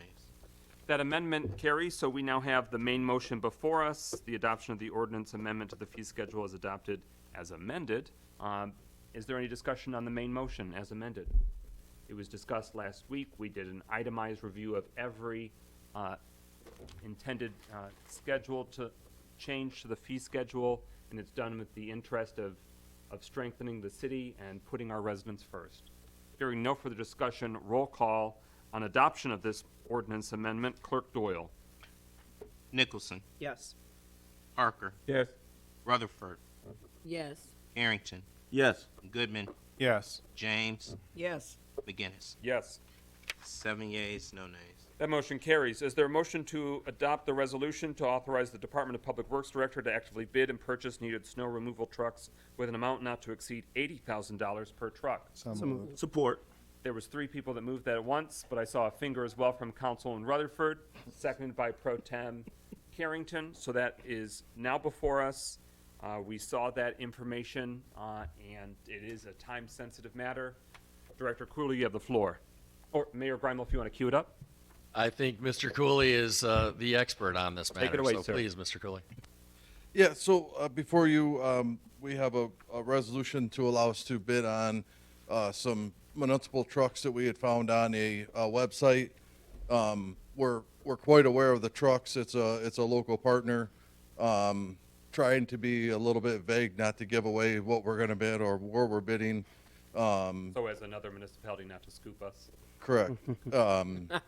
They are very well-maintained vehicles, and it's all part of our plan that we put into effect with the budgeted, with this budgeted year on us taking back in-house plowing of all streets. It'll replenish our fleet back to 8 trucks, which will allow us to put 2 trucks in each quadrant, and just improve our snow plowing processes. And as the information provided to council offered, that with the issues about supply chain and going after a new vehicle could be very difficult, if perhaps even impossible. So by going for these gently used, very affordable vehicles, they are more attainable. Councilman Rutherford? Al Cooley, this is why you were made the director, because you're thinking outside of the box and providing a service that is absolutely needed, because we absolutely need our own so that we can actually take care of our citizens, especially in District 1. So I just want to applaud you for thinking outside the box, along with the administration as well. So I just appreciate you for thinking like this. Thank you so much. Thank you very much. Thank you for equally clearing all snow on all streets in all 7 districts. Councilman Nicholson. Is two enough? So if you have a truck that breaks down, are you going to be able to reroute and do what you need to do on time? Currently, the plan was to try to go after these two. I'm very hopeful that we're going to get them cheaper than what we've requested a not to exceed amount on. And if we're able to do that, I'm going to continue looking to see if we can put possibly 10 in the fleet so that we have 2 to back up. Thank you. This Councilman Parker. Yes, sir. Are you also going to be in, obviously these are used trucks, so are you also going to be pursuing the avenue of purchasing new trucks as well? Or is this going to be in lieu of new trucks? So currently, what we had budgeted for this year was just to put some used trucks on to get this process going and get us moving forward. Coming with the next budget cycle, we're going to be looking at some of the older trucks that are in the fleet, trying to replace those. But as it says in this resolution, during this whole supply chain issue, we're having a difficulty being able to even procure a chassis or any of the dump bodies or any of those things. In a perfect world situation, you would reach out to an upfitter. They would buy a cabin chassis and then upfit it with a dump box and the underbody blade and the front blade and the salter, and that process would take about 6 months. Currently, the way the supply chain shortages are, that could extend 3 years plus to even be able to purchase a new truck. So it is something that we're looking at, because if we don't get it in place now, our trucks are going to be in such disrepair when we get 3 years down the road, we won't be able to wait the possible 3 years. So we are putting that plan in place to come forward with something on next budget season. Thank you. Any further discussion on the motion before us? Speakers list having been exhausted, roll call and adoption of the resolution. Clerk Doyle. Parker? Yep. Rutherford? Yes. Carrington? Yes. Goodman? Yes. James? Yes. McGinnis? Yes. Nicholson? Yes. 7 yeas, no nays. That motion carries. Thank Thank you you. very much, and good luck and Godspeed in securing those important vehicles. We are now at public comment. President Pro Tem Carrington. Thank you, President McGinnis. Is it Mr. Art Douglas or Jim Douglas?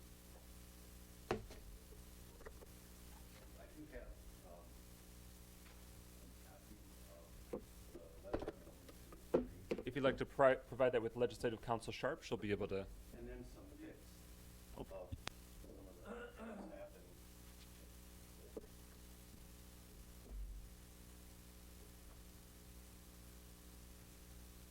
All I can say is, if I'd have seen that forensic audit, which I did, I picked a long night to come. So, and I do appreciate your work. Thank you for the opportunity to address the conditions at Baldwin and Columbia. My son was here earlier. We're a family business. My father opened it up in '75. I've been there since '81, and my son's been there 23 years.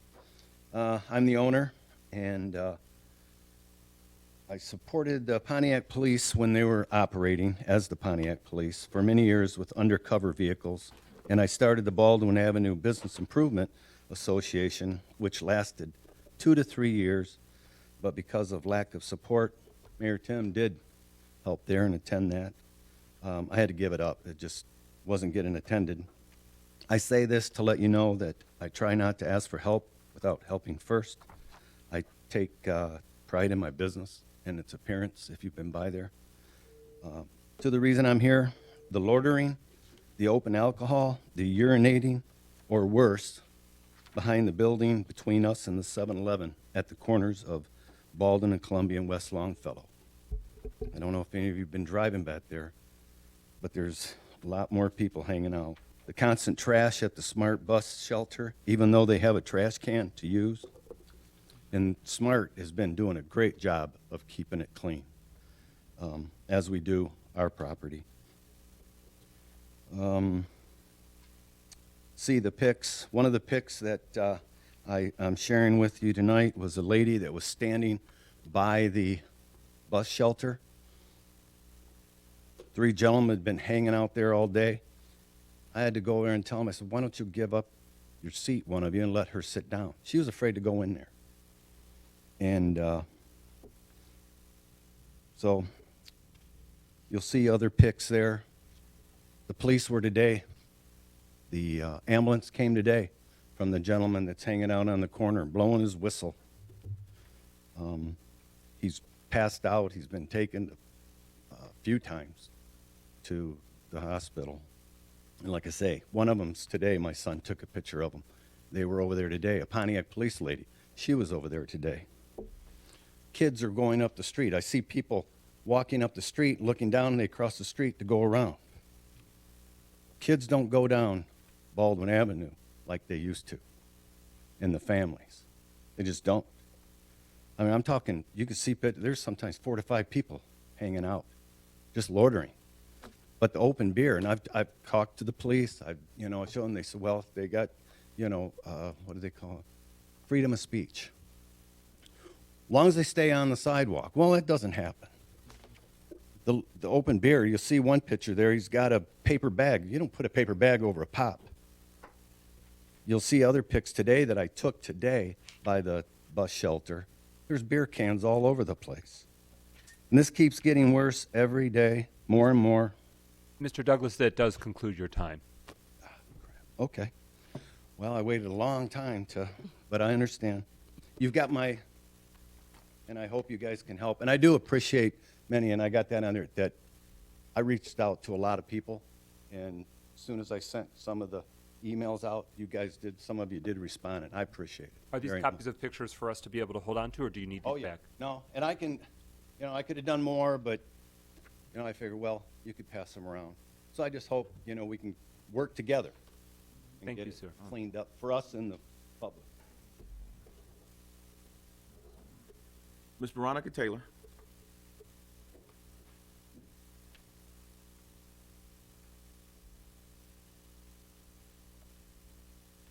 Good evening, City Council, the Mayor.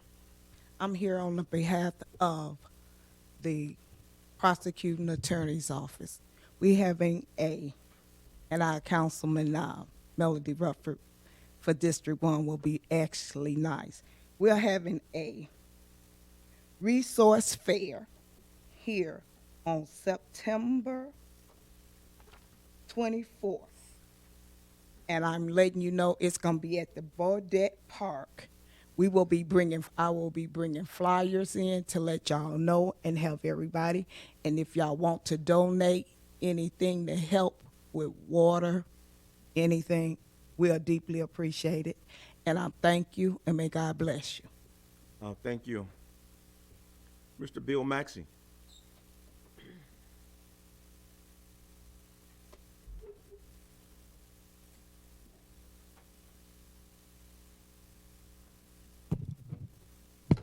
Thank you, Mr. and Mrs. Pontiac.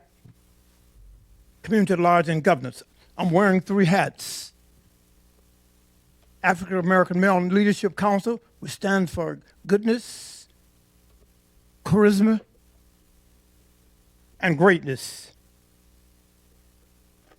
As far as MESAC, MSAC, State of Michigan, I'm going to the senior part of it. You know how I feel about senior abuse and senior neglect. We have 10 different concerns. Only 2 have gone to the mayor. We're working very hard at it. And thank you for that, talking to your department heads for that cooperation. Secondly, I want to talk about conduct. Elected officials' conduct. From the federal level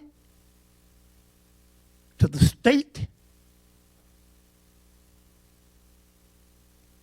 and to the local county involved. Regardless of what you said, what you do, elected officials have an obligation, an oath to be respectful, period, wherever you are. When you raise your hand. And the reason I'm saying this under MESAC, because it comes under senior, not harassment, but aggressive remarks. I get a call, I go to a meeting, and I'm told that an elected official had some very aggressive things to say to one of my seniors. I represent 78,000. MESAC, 74,000 complaints to the state of Michigan. I am there now. For 4 years, I've been back and forth. 4 years to tell you, will not. I will elaborate on this later, but I'm going to find out. I guess I'll have to talk to the Attorney General. What really is abuse? We will not tolerate. If you're elected, you're going to treat every one of our citizens with respect and dignity. And please don't go there with our seniors. Furthermore, we're moving along. As I said, I'm wearing 3 hats. And I'll bring it up again about the Lieutenant Governor coming into Burdett Park from 9/11, talking to the seniors. They have a lot to talk with him about. And it won't be surprising. I have the flyers. But to summarize it all, be careful of what you say and do. We put you in that seat we place you, and you will be respectful for every citizen, whether they're voting or not, homeowners or not, in this city. And this is from MESAC, African American Male Leadership, and ACES Foundation, which is military. Thank you. That does conclude your time. Thank you. Mr. Larry Jasper.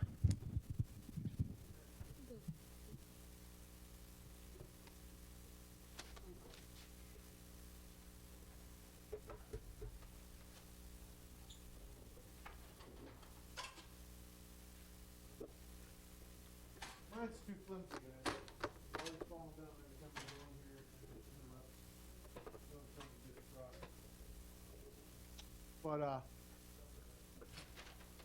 it's funny, the forensic audit talked about the ex-mayor. You know, her practices didn't follow the charter, and she did this on a regular basis, but she's actually the linchpin to the corruption in the county and the state. Why is that important? The other week, I got 3 minutes, so it's very hard for me to spill out the information, but Dan Ringo, he was head of your DPEW. Dan Ringo was a mentor of the CEO of Redico, Wichikowski. Redico is a partner on Bloomfield Park, which got a 35-year tax abatement, and also happened to be the owner of the buildings that you did your schools for. Ironically, the primary investor is Global Standard Industries, which is a private equity bank out of New York. Oh, that's kind of ironic that the mayor went to New York a couple of times right after she got the settlement agreement approved. And then thereafter, she followed through with that, because I believe she's a part of that. But I want you to know that. Also,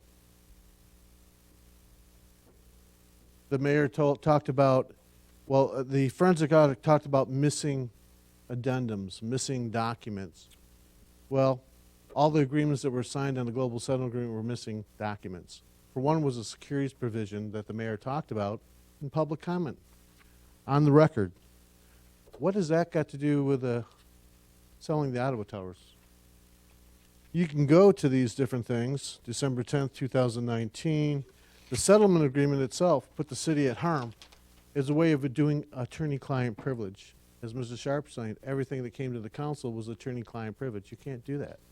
It's public information. As the auditor suggested, it needs to be put on the website. All the contracts need to be put in front of the people. All this stuff has been hidden and has been hidden. All the documents taken away. On January 7th, you'll see the city attorneys talking about it. Mrs. Munson got up here in front of you and told you about the retirement people, the retirement board voting against the retirees, while we were told that they actually voted for the retirees. That happened just a couple of months ago. That still hasn't been settled, by the way. You don't have the things they're recommending the city should be running on right now.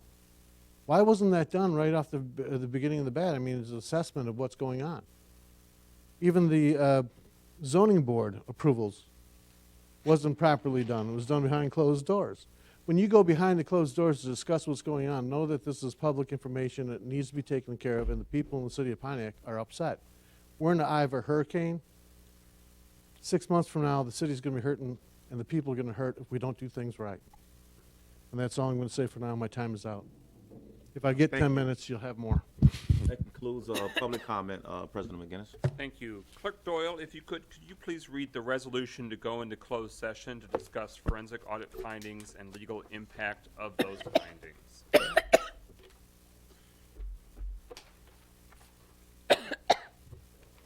Whereas the Michigan Open Meetings Act allows a public body to go into closed session to discuss consider a material exempt from discussion or disclosure by state or federal statute. And whereas the city attorney and outside legal counsel wish to address the city council to discuss the legal import and potential legal action arising out of conduct identified in the forensic audit conducted by Marsh and Minnick. Now therefore be it resolved by the Pontiac City Council that a recess into closed session to discuss an attorney-client privilege memorandum as permitted by Open Meetings Act at MCL 15.268. The city attorney and Clark Hill PLC request a closed session pursuant to MCL 15.268 subsection H to discuss the August 3rd, 2022 attorney-client privilege memorandum prepared by Christopher Treblecock of Clark Hill PLC. Is there a motion to adopt the resolution? So moved. Support. It's been moved by Councilman Parker, seconded by Councilman Goodman. Any discussion on the motion before us? Hearing no discussion, speakers list exhausted, roll call on adoption. Clerk Doyle. Rutherford, Yes. Carrington, Yes. Goodman, Yes. James, Yes. McGinnis, Yes. Nicholson, Yes. Parker. Yes. 7 yeas, no nays. That motion carries. The city council will go into closed session at 9:22 p.m.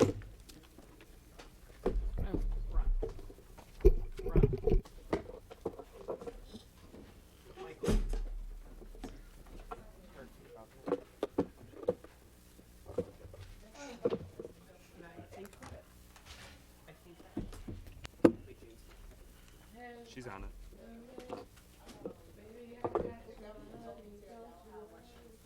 Which way we going to close session? They off today. Council. I don't know which way. Hey, how are you? Hey, y'all ain't got no food. Oh, thank you, sir.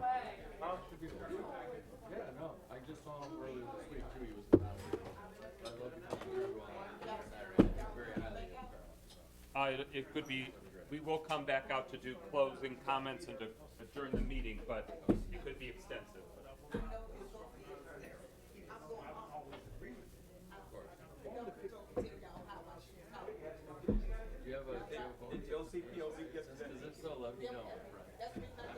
I'm always available. And let me know about that letter of recommendation. That's how I feel. Send it to me and Tamora if you can. Do you have Tamora's email address? We need water and all that stuff. Yes. I'll let you know where I'll be. To the councilwoman. Okay. I know.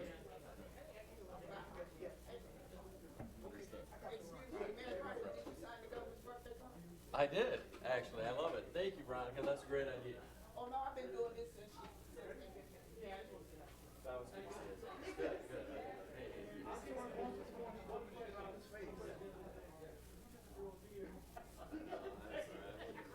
no, you're right. I appreciate that. I need that reminder. I'll save it for it. I appreciate that. Yeah, thank you. Keep me on the straight and narrow. Oh, yes, you know I will. Take care. We're not, actually. Sorry. Now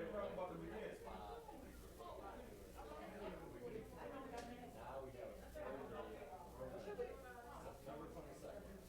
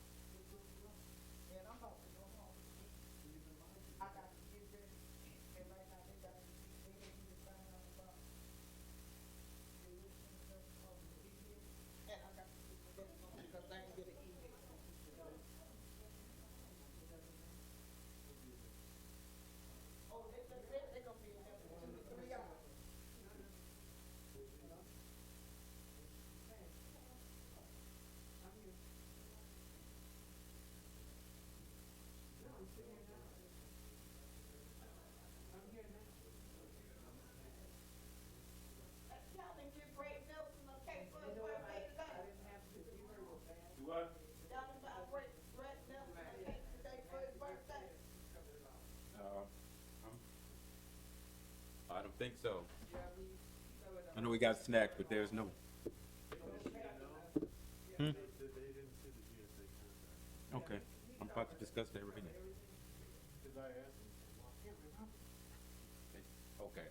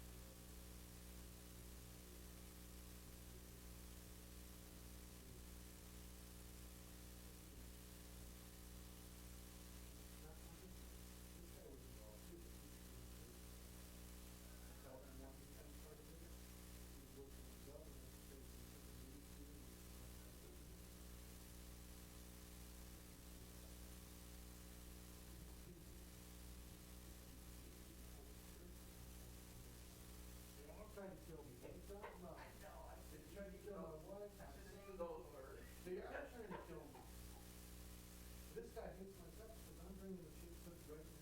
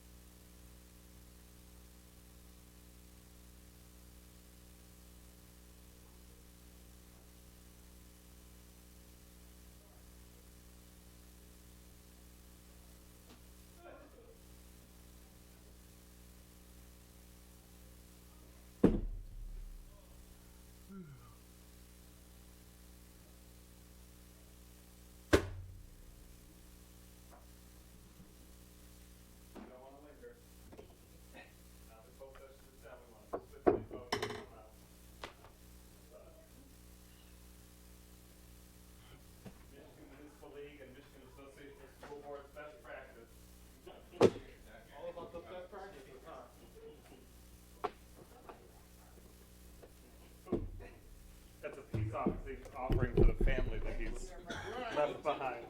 So the question is, Garland, do you prefer barbecue or hot barbecue? See? Good evening, ladies and gentlemen. We are now coming out of closed session. Could I please have a motion to come out of closed session? Support. It's been moved by Councilman Parker, seconded by President Pro Tem Carrington, that we move to come out of closed session. Roll call, Clerk Doyle. Carrington, Yes. Goodman, Yes. James, Yes. McGinnis, Yes. Nicholson, Parker, Yes. Rutherford. Yes. 6 yeas, no nays. That motion carries. We've come out of closed session at 11:07 p.m. Next on the agenda are closing comments. Mayor Tim Greimel, you have the floor for 7 minutes.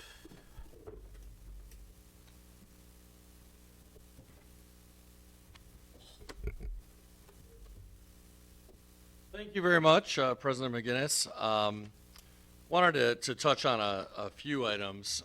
First and foremost, I know that a member of the public suggested that the forensic auditors did not have access and did not review the global settlement agreement pertaining to the Phoenix Center. And I do want to emphasize that the forensic auditors did, in fact, have access to the global settlement agreement and did, in fact, review the global settlement agreement and did not indicate anything significant in their report relating to the global settlement agreement. I also want to mention that the bridge on Martin Luther King Boulevard between South Boulevard and Woodward, the bridge that goes over the railway line, during a recent routine inspection was deemed to be very unsafe. And so we have closed that bridge as of today, and it will remain closed indefinitely. It is very expensive to properly rebuild and reconstruct that bridge. It's estimated, we haven't done formal engineering work yet, but it's estimated to cost upwards of I think potentially as much as about $9 million, which is incredibly expensive. We believe that the vast majority of the funds for that work can be obtained from the state, but that is a process in order to obtain those funds. So stay tuned for more information, but I did want to make both City Council aware of that as well as the public that that bridge has been closed and will remain closed indefinitely. Third of all, I wanted to make sure that people were aware of a unique addition to the Woodward Dream Cruise this year, and that is the Woodward Dream Parade, which is a group of up to approximately 200 cars from car clubs around the country that will be participating in a parade format on the day of the Woodward Dream Cruise, which is Saturday, August 20th. And that Woodward Dream Parade is going to be unique to the city of Pontiac, and it will go into downtown Pontiac along Saginaw Street and other streets within the loop. And this has been organized in cooperation with the M1 Concourse, which has done most of the heavy lifting in regard to the organizing of the Woodward Dream Parade, and it's an effort to do something special here in Pontiac to attract more visitors to Pontiac in particular during the Woodward Dream Cruise, when we're competing for visitors with so many other communities along the Woodward Avenue corridor. But also to try to do something more specific to downtown and inside the loop to try to attract more crowds to downtown proper along Saginaw Street so that downtown businesses can more fully benefit from the Woodward Dream Cruise activities and events. And then fourth and finally, and most importantly, I just want to reiterate my comments from earlier this evening that we take the results of the forensic audit very, very seriously, and we will certainly be taking action in the very near future to follow up on the findings of the forensic audit. That certainly could include some of the findings regarding past conduct. We're certainly eager to recoup any financial losses that the city has suffered due to bad and improper past conduct. But in addition, we're very eager to implement the recommendations of the forensic auditors. And so we will be working diligently to do so in collaboration with City Council. Thank you, Mayor Grimal. Clerk Doyle, your closing comments. Very brief. I just want to thank everybody who came out and voted on Tuesday. Thank you. You weren't lying. That was brief.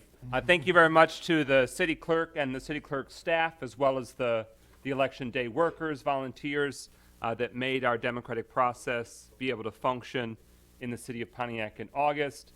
The November general election will be here before we know it. Council members, closing comments. William Parker Jr., representing District 5. Thank you, Brother President.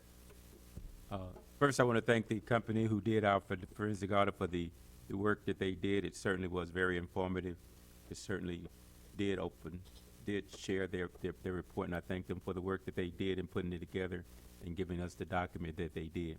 I also want to thank the 10th Council for their diligence and their efforts in trying to help our city to run as best it could under the conditions that they were placed in. And finally, I just want to thank this council for the diligence that we have maintained in being able to put together and to consistently try to deliver a service to the city that includes honor and integrity and respect across the board. And with that, I say good evening. Thank you. Councilwoman Melanie Rutherford, District 1. A man who stands for nothing will fall for anything. That was said by Malcolm X. Good evening. I want to first thank all my constituents in District 1 and in all the city of Pontiac who voted this past Tuesday. It was quite exciting to see us turn up and turn out, so I appreciate that. Number two, I want to also thank all of my 19 constituents who came to my District 1 meeting. My next meeting is going to be August the 27th. That's at 11 a.m. to 1 p.m. at the Alley Cat. All are welcome. Lastly, I just want to once again thank Ms. Haley Stevens for coming to my event and truly representing us, and congratulations on her winning her re-election bid for Congress. And I just want to say, God bless everyone. Have a good evening. Councilwoman Kathleen James, District 4.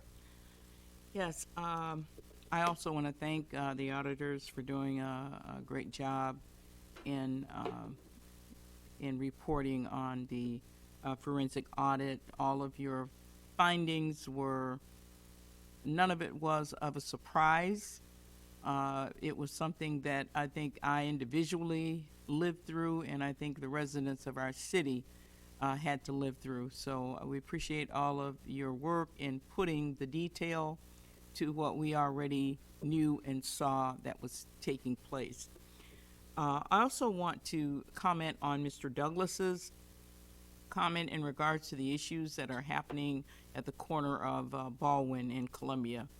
I too am very concerned about the behaviors and the things that are happening on that corner. They're very concerning, and I've already talked to you, but I just want to make sure that all of our residents in District 4 know that we are the Oakland County Sheriff are involved in it. We have mental health involved. We have SHARP involved. We have the business owners in that area who are aware of what is going on, and that we are working on a long-term solution to alleviate that problem. We recognize that it is totally out of order, and we definitely have every intentions of getting something done about it. So I want to make sure that all of our District 4 residents know that we are actively working on that problem. Thank you. Thank you. Councilman Mikhail Goodman, District 3. oftentimes we discuss the concept of what it means to be radical, and I've once before mentioned that the idea of being radical means to get to the root of things, as Angela Davis points out. And I think, given tonight's findings, and of course what we have known for a long time, I think it is high time that the city of Pontiac begins to make a radical bend in the arc towards justice, towards restoring the public trust, and doing the thing that is right and is putting our city on the best foot forward.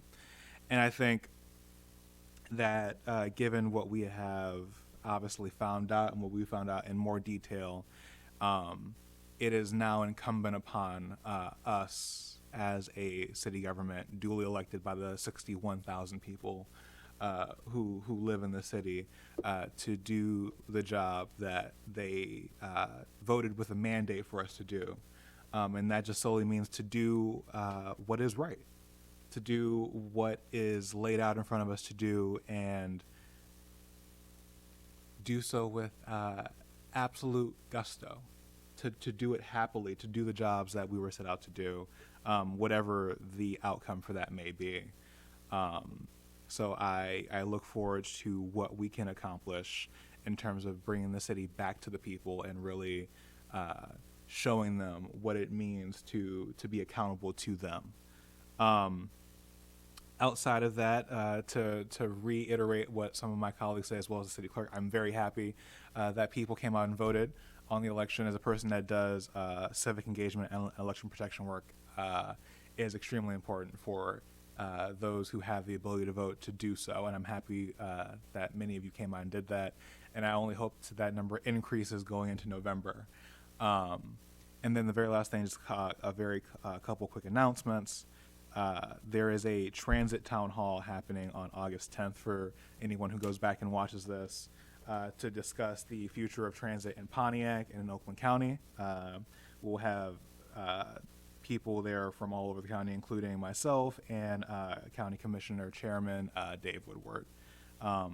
In addition to that, there is the Oakland County Mutual Aid Community Feed happening August 13th at the Phoenix Center in case anyone needs resources and or groceries.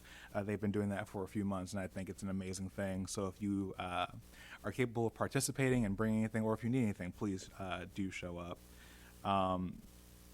For my district, we haven't got that many Pride and Beautification nominations, so if anyone in District 3 is interested or knows someone who has an amazing lawn, please submit that. And with all that being said, and also Kennett is currently closed. I know I'm a little bit over time, but the bridge over Kennett Road is closed for, I believe, the next month. So there are detours set up in that area, but if you are frequently going that area as I am, it is something to be aware of. But outside of that, I believe I am done. Thank you. Council President Pro Tem William A. Carrington, District 6. Thank you, President McGinnis. Of course, we had a long meeting, but it was a very important meeting. I won't reiterate what my colleagues said, that I definitely support everything they said tonight. Just keeping it brief, this community cleanup at 388 North Paddock Street in the 6th District, August the 6th. We begin cleaning up at 11 a.m. Also, We Care Neighborhood Association are having a neighborhood association meeting tomorrow at 5:30 at Shiloh Missionary Baptist Church on University. So please come and join that particular community association meeting. That's it for me. Good night. Thank you. I'd like to give the floor to Legislative Counsel Monique Sharp. If you had any closing comments or remarks, this presentation of the findings of the forensic audit in some respects is a culmination of a long journey and arduous experience that you had as an employee of the city of Pontiac, but just as a bridge between the two respective, the most recent previous and this session of the city council. You have been on the front lines of a lot of these conflicts and scenarios, not by your fault and not by your doing, but you've been there as a witness to history, if you will. So I just want to give you the floor if you'd have any reflections after this evening's presentation and meeting. I would just like to thank the auditors for the time that they spent in terms of not only gathering the information, but actually taking the time to speak with a lot of us, including myself, in fact finding and gathering the information. I will say that I think that today's a great day, especially for the 10th Council and for myself, because a lot of individuals had no idea of what the 10th Council went through in terms of dealing with the last administration. And a lot of what the 10th Council did was damage control. And so I think today is a great day because the information speaks for itself. I think with this council, a lot of times you have to know where you've been in order to know where you're going.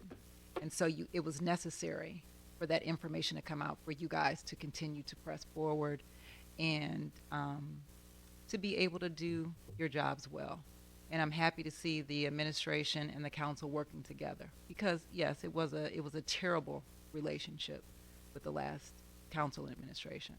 And this one, I think that you guys can do some amazing things. Thank you.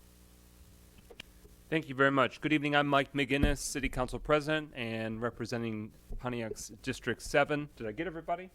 I was bouncing around trying to be outside the box. I want to thank Clark Hill and Attorney Christopher Tribulcock for your lengthy time tonight. I want to thank Brandy Marsh and Melissa Frick-Minnick. Did I pronounce it correct? All right. Thank you both, not only for your lengthy journey, because you hail from another part of the country, but the lengthy process that you went through, and you were very thorough, very exhaustive, extremely professional, and extremely valuable for us moving forward to strengthen our operations as a city, to make sure that we move forward. On behalf of the Pontiac City Council, we take this matter very seriously, as evidenced by us on one of our very first actions at our very first meeting as a city council, for initiating that process. We thoroughly considered all of the professional firms and wanted to make certain that for our municipality, for a firm that had experience with this nature of the situation, and you certainly delivered. So I'm grateful for this council for the thorough work and review that you've done that initiated and led to the selection of the firm, but also the really considerate way and very thoughtful way that you have taken and received this information, and then as we deliberate for how we will act moving forward. There is a great deal of work that remains to be done. This was essentially a phase, but a very critical phase. So thank you to all that made this phase possible, so that we can now move into the next phase of this journey, so that we can make the city's operation stronger, that we can deliver a stronger, more secure, more responsible city government, so that way we get a stronger city, that we can improve the quality of life for all, because when our democratic process and our local government is stronger, then the decisions we make and the governance that we do and the services we deliver can be better for the residents, and they deserve nothing less.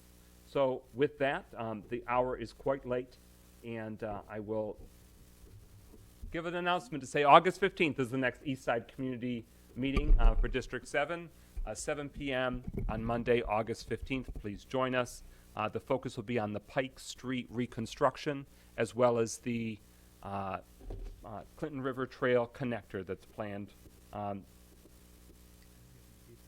Okay, so Councilman Goodman, take it away. That transit town hall on the 10th. Tell them the who, what, when, where. Yeah, forgot to mention that the transit town hall will be happening at the Crowfoot from 6 to 8. So the address is 1 South Saginaw Street. And that's August 10th. Yes, August 10th. And then August 11th, there at 7 p.m., I believe, there is a town hall on water affordability here in the council chambers.